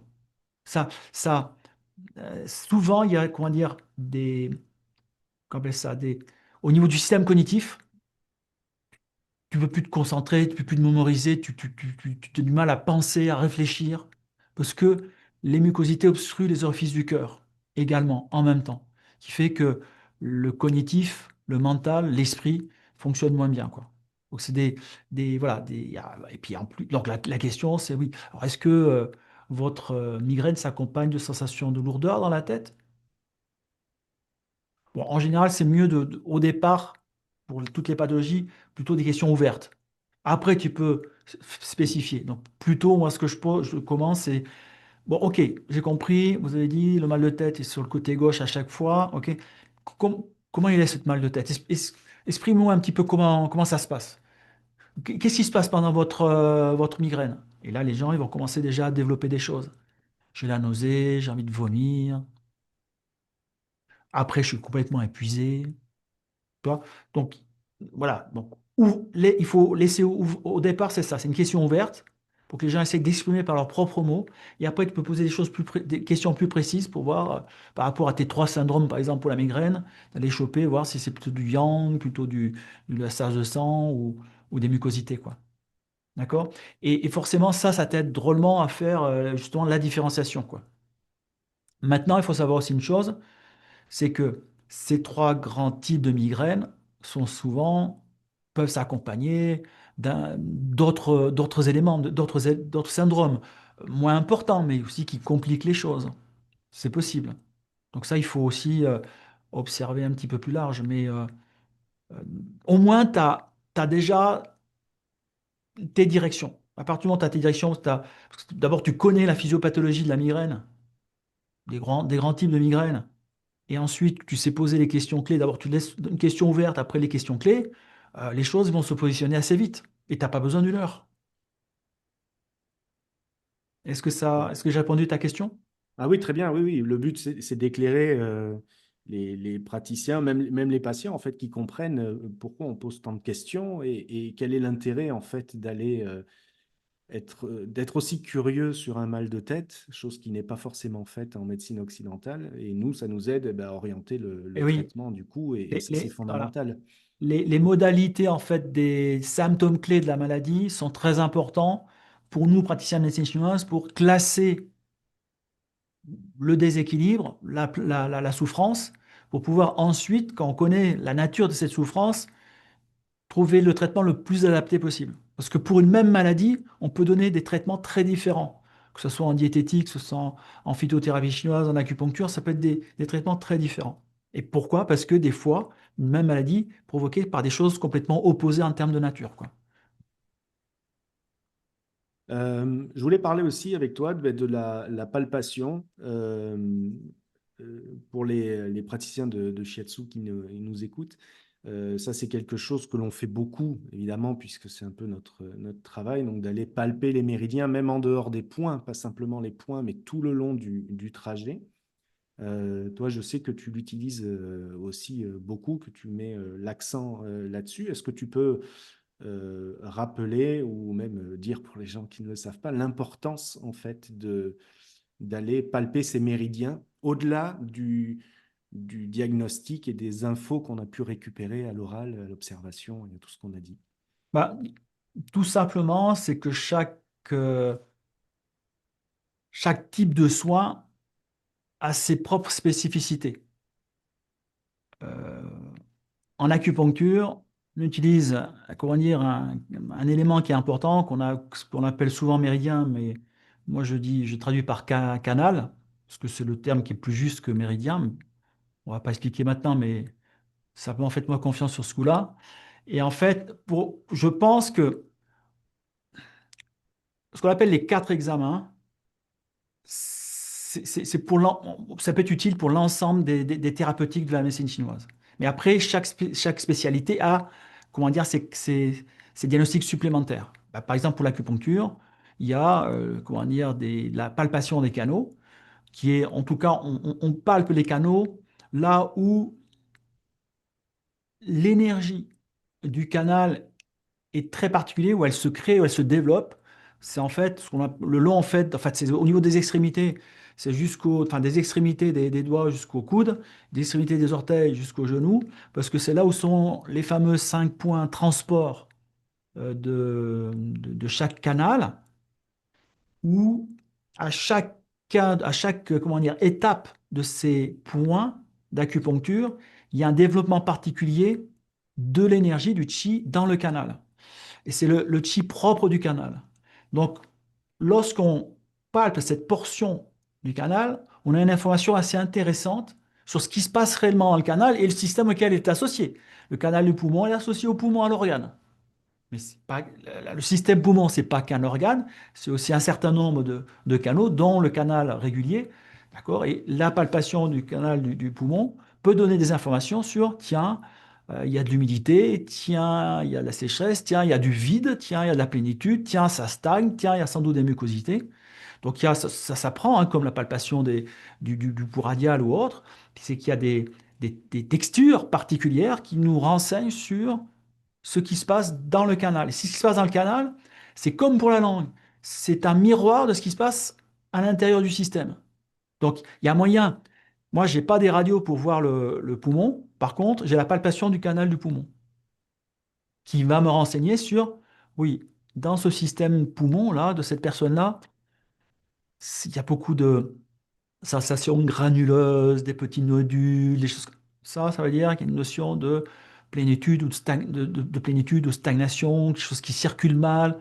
Donc voilà, ça ne me donne pas encore un diagnostic précis, mais ça m'informe sur la nature générale. Parce que souvent sur la langue, sur le pouls radial ou sur la palpation des canaux, il suffit pas on ne cherche pas forcément des choses ultra super précises. Parfois, ça nous donne des choses super précises. Mais surtout, ça nous donne une idée générale de comment fonctionne l'organisme par rapport à tel organe ou tel système, etc., ou tel tissu. Mais moi, ça m'intéresse des fois simplement de savoir, tiens, cette personne, on voit que c'est essentiellement du vide, parce que tu touches les poux ou les canaux, tu sens du vide. Bon, bah là déjà, tu dis, même si la personne te dit, bon non, ça va, je suis pas trop fatigué, ça va, je suis fatigué parce que je travaille, mais tu t'aperçois que non, ce qu'elle te dit, c'est peut-être pas 100% juste, parce que tu as les palpations qui t'ont dit, ah, attention, alerte, il y a sans doute du vide chez cette personne-là. Donc, c'est pour déjà, encore une fois, c'est une information complémentaire particulière qui simplement renforce ton point de vue sur ce qui se passe chez cette personne-là. Et moi, j'aime beaucoup la palpation des canaux. J'ai été très influencé il y a une vingtaine d'années par un médecin chinois qui voilà, faisait cette approche-là. La palpation des canaux en Chine est très rare. Elle commence un petit peu à revenir, mais c'est pas quelque chose qui était très, très, très développé. Mais je pense que c'est un outil très intéressant. Un outil très intéressant, puis toi, ça va te parler parce que toi, tu viens du monde du shiatsu, parce que toucher un corps, ça parle. On sent des choses. Même ne serait-ce que localiser des points, moi je ne sais plus localiser les points sans toucher. C'est-à-dire que je ne dis pas, tiens, oui, c'est trois dessus, au-dessus de la malléole. Ok, je sais tout ça. Mais c'est la palpation, c'est mes doigts qui vont me dire, voilà, le point, il est là. Et je dis pas ça, c'est pas, on met le point où on veut, où on le sent. C'est pas ça. C'est que réellement, les points, d'abord, il faut comprendre, suer, c'est plutôt une idée de caverne. Ça ne veut pas dire point en chinois. Point en chinois, c'est tien. Suer, qui veut dire, qu'on traduit par point, en fait, malheureusement, c'est plutôt une idée de caverne, de trou dans une montagne. Donc, c'est un trou, il y a un creux. Un point, c'est un creux. Donc, quand tu as d'abord l'intention et la palpation, tu trouves beaucoup de points, peut-être pas tous, mais beaucoup de points avec la palpation pour trouver ces petits espaces, ces petites failles, ces petits creux. Et ça, c'est beaucoup plus déterminant que simplement comment dire, une mesure très, comment dire, très, comment je dirais, très Académique. académique, merci, très théorique. Il faut aussi avoir bien sûr, l'information théorique qui dit c'est à tant de mesures, de ceci, de cela. Bien sûr qu'il faut l'avoir, mais après, il faut la palper. Et apprendre la palpation des canaux, ça t'apprend à toucher les points, ça t'apprend à toucher, comment dire, le corps, ça te donne de l'information, quoi. Donc, pour moi, ça fait partie des choses, en tout cas, pour l'acupuncture, assez intéressantes à ajouter. C'est pas obligatoire, il y a des gens qui sont des super acupuncteurs, ils font pas de palpation des canaux. Après, c'est comment tu le sens. Moi, j'aime bien la palpation. Après, voilà, chacun après comment dire son style, hein. Mais en tout cas, c'est très utile, pas très utile. Dans la palpation, on est aussi évidemment la prise d'époux. Ça, c'est souvent, c'est peut-être la chose la plus difficile à maîtriser parce que ça demande quand même, au-delà de l'apprentissage, une expérience clinique, c'est-à-dire en prendre beaucoup. Euh, Comment tu expliques que même chez des praticiens chevronnés, je vais prendre cet exemple-là, on puisse avoir une lecture du pouls différentes. Si par exemple on en met trois et on prend le pouls chez la même personne, on arrive rarement à euh, une même lecture de ce pouls. Est-ce qu'il y a un côté interprétation qui prend le dessus? Est-ce qu'il y a certains pouls bon, qui vont être, on va dire, euh, c'est-à-dire sur la rapidité du pouls, si on la mesure avec un chronomètre, bon, on va être tous à peu près d'accord. Est-ce qu'il y a un côté interprétation qui prend un peu le dessus parfois sur cette lecture de pouls? Ou alors, je sais, c'est beaucoup de questions, mais est-ce qu'il n'y a pas une influence aussi avec ce qu'on a finalement observé? Et qu'on se dit, bah, on a observé un teint rouge, etc. Et ben, du coup, on se dit, le pouls, il est rapide. Voilà. Euh, Si on en est là, c'est qu'on est fragile quand même. Bon, je pense qu'il faut distinguer deux choses. C'est le fait qu'il y a différentes approches de technique du pouls. Alors, bien sûr que selon la technique du pouls, il y en a qui prend je ne sais pas combien de niveaux dans le pouls. Il y a 9 niveaux, il y en a qui disent il y en a 3, il y a 18 loges. Enfin, il y a différentes méthodes. Donc, forcément, d'une méthode à une autre, c'est pas la même langue. Comme c'est pas le même langage, ça parle, c'est des mots qui sont différents, des pensées différentes, une idéologie différente, d'accord, des théories différentes. Donc ça, tu peux pas comparer la prise du pouls qui est préconisée dans le Maijing, qui est le classique du pouls, c'est le premier texte qu'on a sur les poux, et le Bilhu Maishui, qui est celui qui influence, qui est plutôt celui qui a influencé la prise du pouls actuelle, en tout cas dans l'université chinoise. Bah, c'est deux styles différents, donc c'est difficile c'est les mêmes poux, mais l'interprétation est différente. Donc oui, là, tu peux avoir des interprétations différentes. Par contre, si on a la même méthode, il n'y a pas de raison qu'on ne trouve pas tous le même pouls. Écoute, tu as dit que c'était difficile le pouls? Ça, c'est des bêtises, je vais dire un gros mot. C'est des bêtises. Ça, c'est simplement met en lumière notre ignorance. Le pouls, pour apprendre le pouls, si tu as appris bien comme il faut la théorie préalablement, il y a une théorie minimum qui n'est pas énorme. Apprendre à prendre le pouls, allez, 80% des patients, c'est 2 jours. Je répète, 2 jours, pas 20 ans. C'est ce qu'on dit partout. Ah, c'est compliqué, tu verras ça par toi-même, c'est quand tu auras de l'expérience, quand tu seras bon, dans 20 ans. 2 jours. Encore une fois, c'est une grosse escroquerie généralisée. Parce que les gens n'ont pas appris, comment dire, avec méthode. La manière dont moi j'enseigne le pouls. Au départ, forcément, la première heure, tout le monde trouve des choses différentes parce qu'ils sont perdus. Et après, tu donnes une méthode où on te dit ce qu'il faut réellement chercher. Une fois que tu as une méthodologie et que tu as une matrice de lecture, je t'assure, 80% de la classe vont trouver le même pouls. Et parfois, c'est 100%.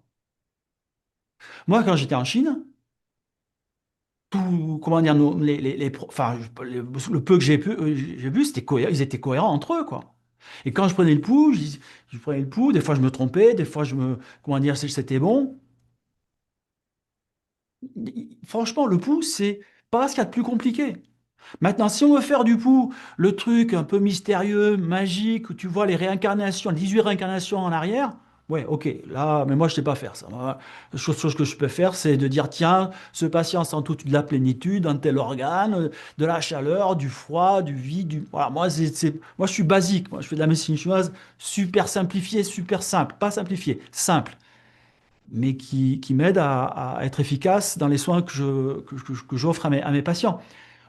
Le pouls, je t'assure, c'est avoir d'abord, connaître réellement la bonne description des poux. Le problème, c'est ce qu'on transmet encore une fois, c'est des descriptions qui datent de 6 siècles en arrière, mais qui étaient poétiques, à la chinoise, mais qui ne correspondent pas à la réalité. Je te donne un exemple. Le pou rugueux. On dit, les gens disent, bah ouais, on sent une rugosité, tu vois, c'est comme comment dire, comment dire, un couteau qui, qui, Racle le bambou. qui racle, un bambou, tout ça. Qu'est-ce que c'est beau. Alors moi, j'adore. Alors moi, je fais de la médecine énergétique. Non, il faut arrêter là. Ça, c'était bon peut-être il y a 600 ans en arrière, dans certains bouquins, etc. Un pour rugueux, ça n'a rien à voir, c'est pas rugueux. Je suis désolé. En fait, c'est une mauvaise traduction. Ce veut dire rugueux. Mais en fait, ça veut dire, en anglais, ils ont un terme unsmooth, c'est-à-dire pas régulier, voilà, pas régulier. Parce qu'en fait, c'est ça un pou rugueux. C'est qu'il varie en forme, en force, en vitesse. C'est ça un pou rugueux. C'est pas il est rugueux sur la sensation. Ça, c'est bidon. Bien sûr, il faut travailler un petit peu, il faut, comment dire, il faut aller étudier dans les textes anciens et tu t'aperçois que, à force comment dire, que les textes se complètent, tu vois, tu comprends à un moment donné ce que c'est un pou rugueux. Mais l'idée du bambou qui racle, machin, ça, c'est pas vrai. Ou en tout cas, a posteriori, quand tu sais vraiment ce que c'est un pou rugueux, tu peux imaginer ce qu'ils ont voulu dire avec le bambou. Mais c'est pas rugueux. Le pou rugueux n'est pas rugueux. C'est une bonne nouvelle quand même. Hmm. C'est comme le pou mou n'est pas mou. Voilà, c'est ça. Le problème, c'est que on se fait avoir par les traductions et surtout, on est enseigné par des gens qui ne maîtrisent pas le pou ou globalement des choses, tu vois, mais pas suffisamment pour transmettre déjà les bonnes descriptions de ce que sont les poux. C'est quoi un pou mou? C'est quoi un pou faible? Pourtant, ils ont deux choses en commun et une chose qui les distingue complètement. Aucun des deux est vraiment mou. c'est autre chose. Le problème, c'est que si tu sais pas ça, comment tu veux le trouver?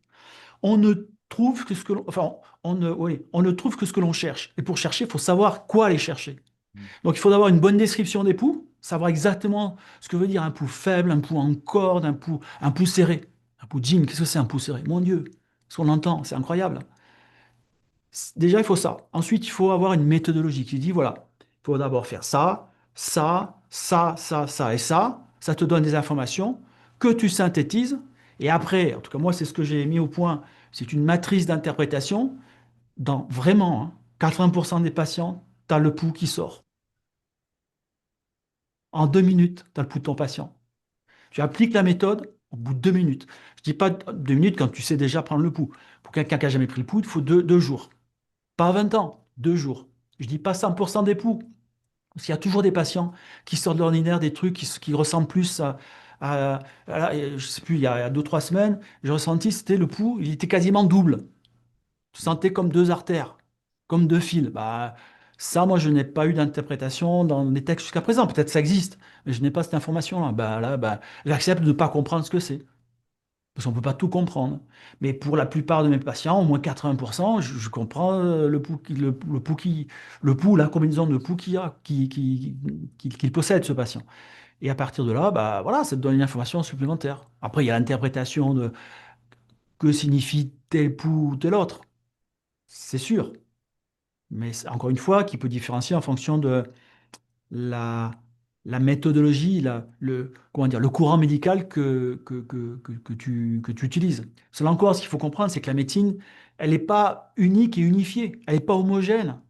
En 2500 ans, il y a eu plein de variantes, il y a eu plein ce qu'on appelle des écoles, des lignées, si tu veux, différentes, des courants médicaux différents.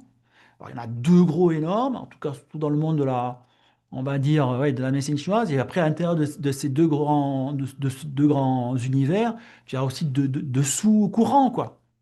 Ce qui fait que c'est pas homogène, ce qui fait que tu peux avoir une interprétation particulière de ce que tu ressens dans un pouls, mais qui est adaptée à ta méthode et toi, te renseigne correctement pour la manière dont tu utilises le pouls et après pour l'application plus thérapeutique. Très clair, merci.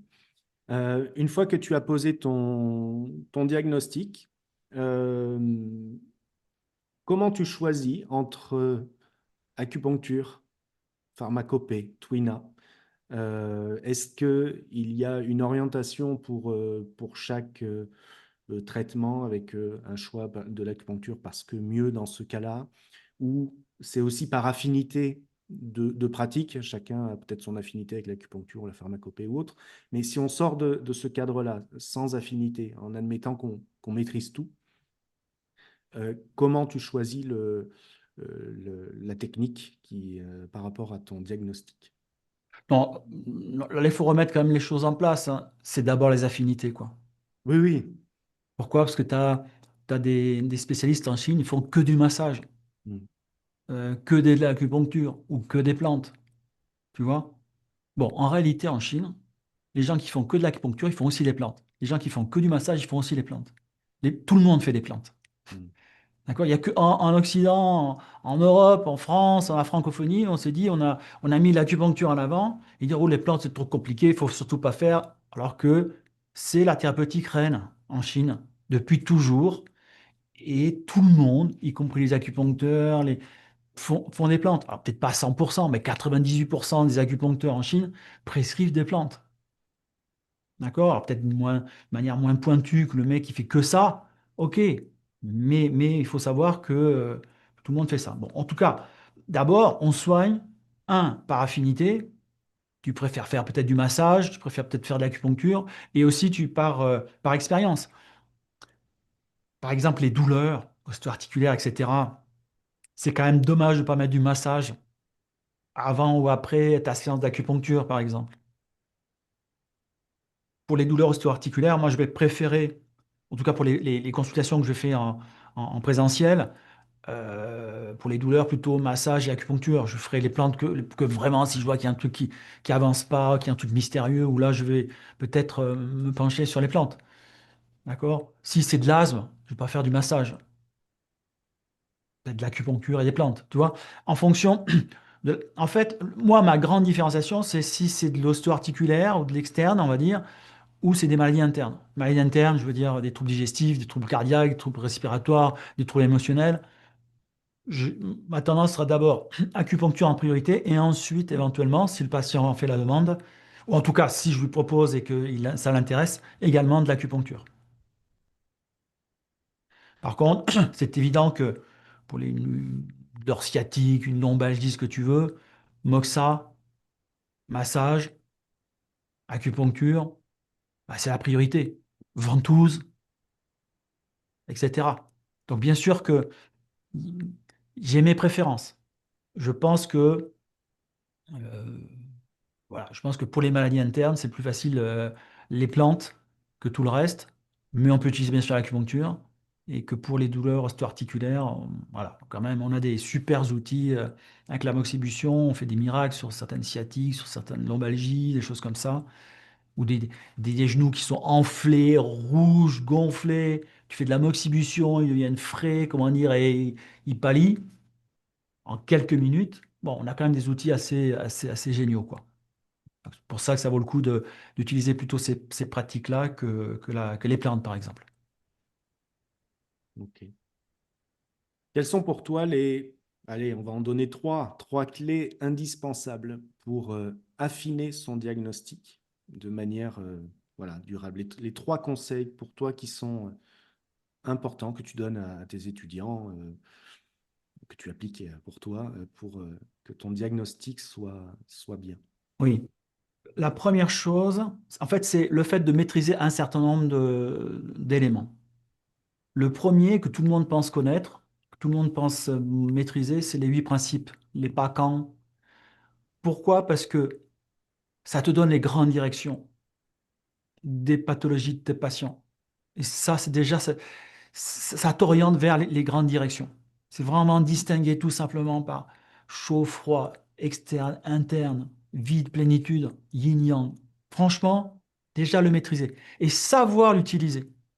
Pas simplement en avoir une idée floue. Ben oui, moi, je connais bien les PACANG, on m'a donné un cours dessus. C'est pas ça, connaître les PACANG. C'est vraiment que ça soit dans tes cellules. Ta manière de considérer ton patient, c'est là. Il faut que ça soit là. Donc, c'est la maîtrise des PACANG, les 8 principes. Deuxième chose, si on est dans la médecine chinoise générale, c'est bien sûr le diagnostic différentiel des syndromes. Le problème qu'on a, c'est qu'on les étudie d'une manière trop linéaire et trop, comment dire, trop plane. C'est plat la manière dont on l'étudie. C'est des listes des listes de symptômes. C'est ennuyeux à mourir et ça donne pas la vraie vie. La vie, elle n'est pas plate comme ça.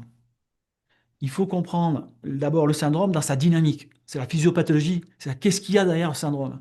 Qu'est-ce qui anime, comment dire, le syndrome? Savoir, savoir expliquer chaque symptôme.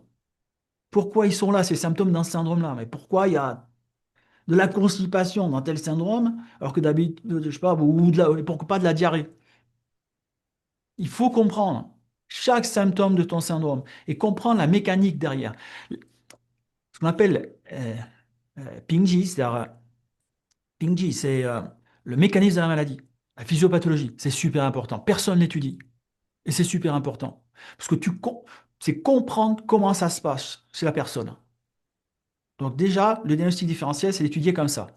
Et dans le diagnostic différentiel, c'est aussi mais, apprendre à différencier les syndromes qui sont proches. Tu serais surpris de voir le nombre de personnes qui ne savent pas faire la différence entre une montée du yang du foie et un feu du foie. Or, c'est deux choses différentes. Il y a des points communs, mais et des choses différentes. Et ils se traitent différemment. Tu ne peux pas les traiter de la même manière. Il y en a un, c'est qu'une plénitude pure, l'autre, c'est comment dire, du vide au départ qui entraîne des éléments de plénitude en haut du corps. Donc ça se traite différemment. Donc la deuxième chose dans le diagnostic différentiel, c'est apprendre à distinguer les syndromes qui sont proches. C'est quoi qu'il y a la différence très précise entre un vide de sang du foie et un vide de sang du cœur? Ils ont plein de choses en commun. Comment tu fais? Bon, voilà. Ça, c'est vraiment important. Parce que si tu as ce niveau de précision, bah, tu les vois, les précisions dans tes patients. Si tu n'as pas ce niveau de précision, bah, c'est de l'à peu près. C'est de l'à peu près, c'est du confus. C'est oui, j'ai étudié ça, j'ai mon diplôme, j'ai fait 5 ans, j'ai mon diplôme, regarde. Ouais, mais c'est pas le diplôme qui soigne le patient. C'est tes performances à savoir faire un diagnostic. Pour ça, la deuxième chose qu'il faut vraiment renforcer, c'est vraiment bien maîtriser les diagnostics différentiels. Troisième chose, d'un point de vue, il y a quatre choses plus importantes. Et après, il y en a deux autres enfin pas moins importantes, mais moins urgentes. Le troisième, c'est savoir faire un interrogatoire. Savoir mener un interrogatoire. C'est justement ne pas poser 500 questions avant d'arriver sur le point crucial. C'est comment on fait pour mener un bon interrogatoire. Quelles sont les questions qu'on doit poser quand tu as mal à la tête, quand tu as des diarrhées, quand tu es fatigué, quand ceci, quand tu es cela. Ça, c'est important. Et c'est pas simplement, oui, mais ça viendra dans 20 ans par l'expérience. Oui, c'est sûr que dans 20 ans, tu seras meilleur. Mais c'est dès le départ, il faut avoir ça. Il faut pas attendre 20 ans, quoi. Tu perds 20 ans de ta vie, quoi. Donc il faut savoir poser les questions. Et ça aussi, je connais personne qui fait ça. Je connais personne qui donne un cours qui te dit, oh les gars, vous connaissez tous l'interrogatoire, vous l'avez tous étudié dans votre école, super, vous êtes des as. Maintenant, qu'est-ce que c'est quoi les questions que tu poses s'il y a tel symptôme, tel symptôme, tel symptôme, tel symptôme? Ben, on ne sait pas. Et ça s'apprend. Ça s'apprend. Il y a une logique. Et quand tu apprends ça après, même pour des choses que tu ne connais pas, tu sais où aller chercher, quoi. Tu sais quelles sont les questions qui vont t'aider, quoi. D'accord? Donc ça, c'était la troisième. La quatrième, physiopathologie des maladies. C'est comprendre l'histoire de la maladie. L'histoire actuelle, pas l'histoire d'il y a 20 ans. Là, maintenant, en ce moment-là, mon patient, OK, il a de l'asthme. OK, il se manifeste par ça, ça et ça. Mais comment cet asthme, je sais pas, de type, je sais pas moi, allez, le chi des reins ne reçoit pas, le rein ne reçoit plus le chi, ne reçoit pas le chi, qui donne un type d'asthme particulier. OK? Et là, il faut savoir comprendre ce qu'il y a derrière en termes de mouvement, ce qui se passe au niveau des reins, au niveau du poumon, et pourquoi il y a ceci et pourquoi cela. Pourquoi dans ce cas-là, il faut plutôt traiter tel organe ou tel autre, etc., etc. Il faut connaître la physiopathologie des principales, en tout cas, des principaux symptômes, des choses qui constituent les maladies en général, quoi. C'est super important. Donc ça, c'est les quatre choses, à mon avis, qui sont vraiment à développer davantage, à vraiment approfondir. Je dis pas que c'est facile, je dis pas que tout arrive comme ça, mais si on fait cet effort-là, et en plus on a la chance d'avoir des patients, d'essayer de l'appliquer tout de suite, d'accord? Parce que là encore, dans l'interrogatoire, la manière dont on étudie l'interrogatoire, il faut à un moment donné avoir une méthodologie. Il faut une méthodologie précise. Il faut, il faut avoir une méthodologie quand tu utilises les PACAN, les 8 principes. Il faut une méthodologie quand tu poses un interrogatoire. Il faut une méthodologie quand tu prends le pouls radial. Il faut une méthodologie quand tu observes la langue. En tout cas, je dirais, les 5-10 premières années, tu as besoin de ça pour te structurer. Et après, c'est en toi. Après, c'est pfiou, pfiou, pfiou, pfiou. Tu vas automatiquement, spontanément, qui t'a vraiment eu une bonne formation, ensuite tu as appliqué les méthodologies. Après, c'est en toi. Tu vas plus d'une manière plus directe, tu fais plus simple. D'accord? Donc ça, c'est ces quatre choses. Et après, bien sûr, les deux autres choses qu'il faut vraiment maîtriser, c'est la langue et le pouls, quoi. Mm. La langue et le pouls. Mais déjà, si on ne maîtrise pas le pouls, et je comprends pourquoi on ne maîtrise pas le pouls, enfin je vois, hein, chaque fois que je l'enseigne, je vois bien à quel niveau on est en général dans la profession, mais au moins les 8 principes, diagnostic différentiel, l'interrogatoire et la physiopathologie. Si déjà ça, c'est solide, déjà on peut faire un super boulot, quoi. Voilà. Parfait. Parfait. Et en plus, Euh, c'est facile. Ça relève pas de la chose comme le pouls. On te dit, ouais, il faut 20 ans. Non, là, tu n'as pas besoin de 20 ans. Il faut quand même du temps pour étudier tout ça sérieusement, d'une manière très précise, beaucoup plus riche et dynamique. Mais c'est faisable. Tout le monde peut le faire. La prise du pouls, il faut trouver le professeur qui te prend sur ton aile, ton aile, et ça, c'est plus rare. Plus compliqué en France, en tout cas. ok. Est-ce que tu arrives à travailler en complémentarité avec la médecine occidentale, avec des médecins? Est-ce que vous arrivez à- à discuter ensemble, à vous complémenter tous les deux? Euh, Est-ce que tu arrives à Alors, ça? alors, alors d'abord, il faut savoir que c'est qu'au moins les trois quarts de nos patients ont des médicaments. Donc en réalité, nous, on travaille avec. On travaille avec tout ça. D'accord? Il y a très peu de médecins qui ont l'ouverture parce qu'ils n'ont pas le temps, parce que c'est pas leur formation, parce que tout ça leur paraît un peu mystérieux et je comprends. Dans leur système de croyance, la médecine chose, mon Dieu, c'est des vieilleries, c'est comment dire, des choses à notre âge, c'est pas possible, quoi. Donc, moi, je comprends qu'il y ait ce blocage-là. Donc, c'est pour ça qu'il y a peu de médecins qui s'intéressent. Pour moi, le seul truc qui me choque encore, c'est quand un médecin s'aperçoit qu'un patient va radicalement mieux grâce à la médecine chinoise, l'a compris et ne cherche pas à nous contacter, à nous dire, mais bon sang, comment vous avez fait, quoi? Moi, ça fait 10 ans que je suis ce patient-là, il souffre depuis 10 ans, j'avais pas grand-chose pour lui. Vous le suivez depuis 3 mois, la plupart de ses symptômes sont disparus. Expliquez-moi comment vous avez fait. Ils n'en ont rien à faire. Ils continuent leur petit train-train. Pour moi, ça, c'est choquant. Pire, des patients qui vont, mais enfin, qui vont vraiment mieux avec ce qu'on leur propose. Le médecin s'en aperçoit, il dit surtout arrêtez, c'est pas possible. Non, arrêtez, c'est pas bien pour vous, c'est dangereux pour vous. Alors qu'il va mieux. Que lui n'arrivait pas à l'aider suffisamment, nous on arrive à le faire progresser et le médecin lui dit stop. La médecine, c'est un outil de pouvoir où l'ego se manifeste beaucoup. Donc c'est évident que c'est pas si facile de collaborer avec des médecins. Maintenant, tu as bien sûr des médecins ouverts, des médecins, comment dire, qui ont compris, qui savent pas tout, qui peuvent pas tout faire, et que ça les arrange de renvoyer leurs patients.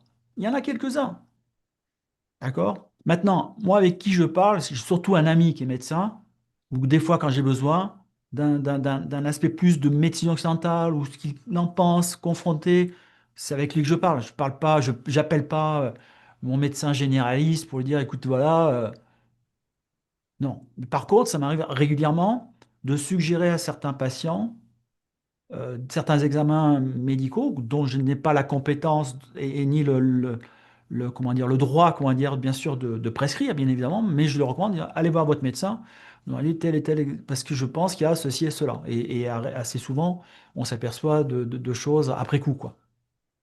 Donc, en tout cas, ce qu'il faut savoir, c'est que même si chez nous, encore, on a du mal à travailler ensemble enfin, faire travailler ensemble ces deux médecines, depuis les années 50, en Chine, c'est ce qu'ils font. Vous savez ce qu'on dit en Chine, hein? On dit en Chine, il y a trois médecines. La médecine chinoise, la médecine occidentale et la combinaison des deux. Voilà. Ça ne veut pas dire que tout le monde combine les deux médecines. Les patients ont le choix. T'as des médecins qui vont combiner les deux. Tu as des médecins qui vont faire que la médecine occidentale. Tu as des médecins qui font que la médecine chinoise. Mais au moins, ça communique. Bien sûr qu'il y a aussi parfois des doutes des deux camps sur les... Oh oui, bien sûr qu'il y a aussi des petites guéguerres, c'est normal. Encore une fois, c'est l'histoire de pouvoir, d'ego, etc. Mais le jour où, dans nos sociétés, si on parle de nos sociétés, Raphaël, où le patient est au centre de la médecine, du système médical, et que c'est pas notre ego, notre pouvoir, notre portefeuille qu'on va regarder, mais l'intérêt du patient, mais ces choses-là vont être naturelles de se compléter, parce que la médecine chinoise a des faiblesses. Et là où la médecine chinoise a des faiblesses, la médecine occidentale parfois a des grandes forces. Pourquoi s'en couper? Donc bien sûr qu'il faut aller vers, comment dire, la complémentarité, vers l'entraide, vers la collaboration. Ça serait bien plus intelligent. Encore une fois, au bénéfice du patient. Le problème, c'est que nos systèmes actuellement de santé, dans tous les pays occidentaux, même au-delà, j'imagine, il ne sert pas qu'à soigner des gens, quoi. C'est simplement un business, quoi. C'est un sacré business. C'est un des plus gros business qu'il y a au monde. Après la finance, Vous avez, comment dire, le business de la santé qui vient juste après. Et après, c'est l'agroalimentaire. C'est des gros business. Dès qu'il y a beaucoup d'argent et de pouvoir, ben, les systèmes sont manipulés.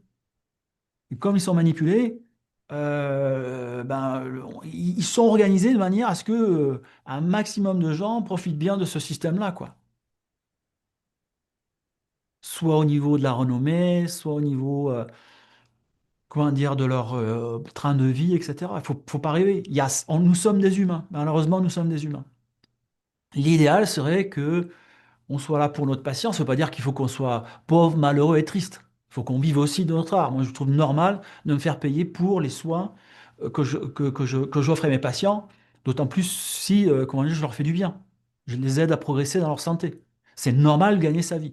Mais par contre, il faut que l'obsession du soignant, c'est quel est l'intérêt du patient. Si à un moment donné, l'intérêt du patient, c'est aller faire de la chimiothérapie, eh ben, c'est aller faire la chimiothérapie. Cette semaine, j'ai vu une patiente. C'était mardi, c'était hier. Oui, oui, c'est ça. Non, c'était mardi, il y a 2 jours, au moment où on enregistre. Plus de la moitié de la consultation, ça a été de la convaincre qu'elle allait faire véritablement des examens pour vérifier si elle n'a pas un cancer du sein. Pourquoi? Parce qu'il est probable qu'elle ait un cancer du sein, pas sûr mais probable, et que c'est pas dans 5 ans qu'il faudra qu'elle s'en aperçoive, ou dans 10 ans, ça sera trop tard. Elle voulait pas, oui, mais j'ai pas envie d'apprendre une mauvaise nouvelle. Donc, en fait, il a fallu que j'use un peu comment dire, de mes arguments, de ma manière d'être pour lui dire, écoutez, ça va être génial de savoir. Vaut mieux qu'on sache. Parce que si vous attendez trop, le jour où vous saurez, ça sera trop tard. Et là, ce que vous redoutez, vraiment va vous faire mal. Alors que maintenant, on peut faire plein de choses. Allons-y, allez-y. Pendant plus de la moitié de la consultation, c'était la convaincre d'aller faire un examen de médecine occidentale. Moi, j'ai fait mon job, j'ai senti des choses, mais vaut mieux savoir si la personne a réellement un problème sérieux ou pas, quoi. Et je pense que cette personne a un problème sérieux, quoi. Oui, c'est Donc, très voilà. important et surtout par rapport à toutes les pathologies qui se développent en ce moment, qu'on appelle maladies de civilisation, il y a beaucoup de chronicité, il y a beaucoup de choses complexes ou même au-delà du- Oui, on a un système qui va pas en notre faveur, enfin qui va pas dans notre sens, mais il y a aussi les médecins, pour certains en fait, ne savent pas qu'on existe et ne savent pas que la médecine chinoise peut faire ça. Et c'est un peu le but du podcast, c'est de mettre en avant aussi des gens comme toi pour expliquer ce que fait la médecine chinoise, pour que les gens comprennent enfin que on a notre domaine, on n'empiète pas sur les autres, on apporte des solutions, parfois là où la médecine, elle patauge un petit peu, et puis on vient se compléter, etc. Et je trouve que c'est très important de donner une image euh, une belle image de la médecine chinoise et de ne pas être trop dans le spirituel qui peut peut-être déranger aujourd'hui, mais dans des choses qui sont assez concrètes au final, parce que la médecine chinoise, elle est assez concrète. Je pense que c'est pas toi qui me diras le contraire. On est assez cartésien au final, avec une certaine ouverture. Mais voilà, je trouve que cette complémentarité, elle est très importante aujourd'hui. Tout à fait, et tu as raison, il faut donc informer les gens. Informer les gens de ces possibilités, de ces choix-là, et avoir un choix supplémentaire, c'est quelque chose en plus, c'est pas en moins. C'est ça qu'il faut comprendre. Est-ce que tu as quelque chose à ajouter avant qu'on clore cet entretien? Non, écoute, simplement que, bon, moi, ça fait 30 ans que je suis dans ce milieu-là, enfin, en tout cas que j'ai commencé à le pratiquer, la médecine chinoise, à l'enseigner, etc. J'espère avoir encore une vingtaine d'années devant moi pour continuer, et je continuerai à me battre pour justement que cette médecine chinoise soit de mieux en mieux comprise, de mieux en mieux appliquée, pratiquée, au bénéfice des gens qui souffrent. Parce qu'au final, je pense que la plupart des soignants ont ça en eux. L'idée, c'est quand même soigner l'autre, et qu'il faut se donner les moyens justement d'apporter de nouvelles solutions, des solutions complémentaires pour les gens qui souffrent. Il y a beaucoup, beaucoup, beaucoup de gens qui souffrent. Tu sais, Raphaël, là, au moment où on parle, il y a sans doute des centaines de milliers de gens qui pourraient avoir des solutions rapides et instantanées à leur souffrance, et qui ne savent pas qu'elles pourraient l'avoir avec la médecine chinoise. C'est dramatique. Mm. C'est dramatique. C'est ton voisin, peut-être, il a une sciatique, il sait pas que toi, tu pourrais lui enlever ça, quoi. Et c'est dramatique. Donc, en effet, tu fais une belle œuvre, celle d'informer, et notre profession doit faire aussi cet effort-là. C'est ce que ne fait pas les fédérations qui s'amusent à faire des super congrès qui servent à rien, mais par contre, informer le public, ça, ils ne savent pas faire. Alors que ça serait ça. Parce que si un jour, il y a une forme de reconnaissance de cette profession, elle va passer d'abord par le public. Le public, s'il ne connaît pas, comment ils vont faire pour faire évoluer la société? Donc, il faut informer. Et tu as raison, je te félicite de faire ça. Il faut continuer, quoi. Voilà. Philippe Sionneau, merci beaucoup pour le temps que tu m'as accordé sur cet entretien. J'espère qu'il répondra aux attentes de tout le monde sur le diagnostic. On a pris une petite leçon de diagnostic et je pense que c'est très important. Euh, on te retrouve sur ton site sionneau.com où tu as toutes tes formations, tes ouvrages qu'on peut se procurer. Il y en a moult qui font référence et desquels on s'inspire énormément, hein, notamment en diététique et autres pour les praticiens. Je te souhaite bon vent et bonne continuation. Et pour les auditeurs, n'hésitez pas à vous abonner à ce podcast pour qu'il perdure et que je puisse recevoir des gens comme Philippe qui ont plein de choses à dire. Merci, Raphaël. Merci à toi.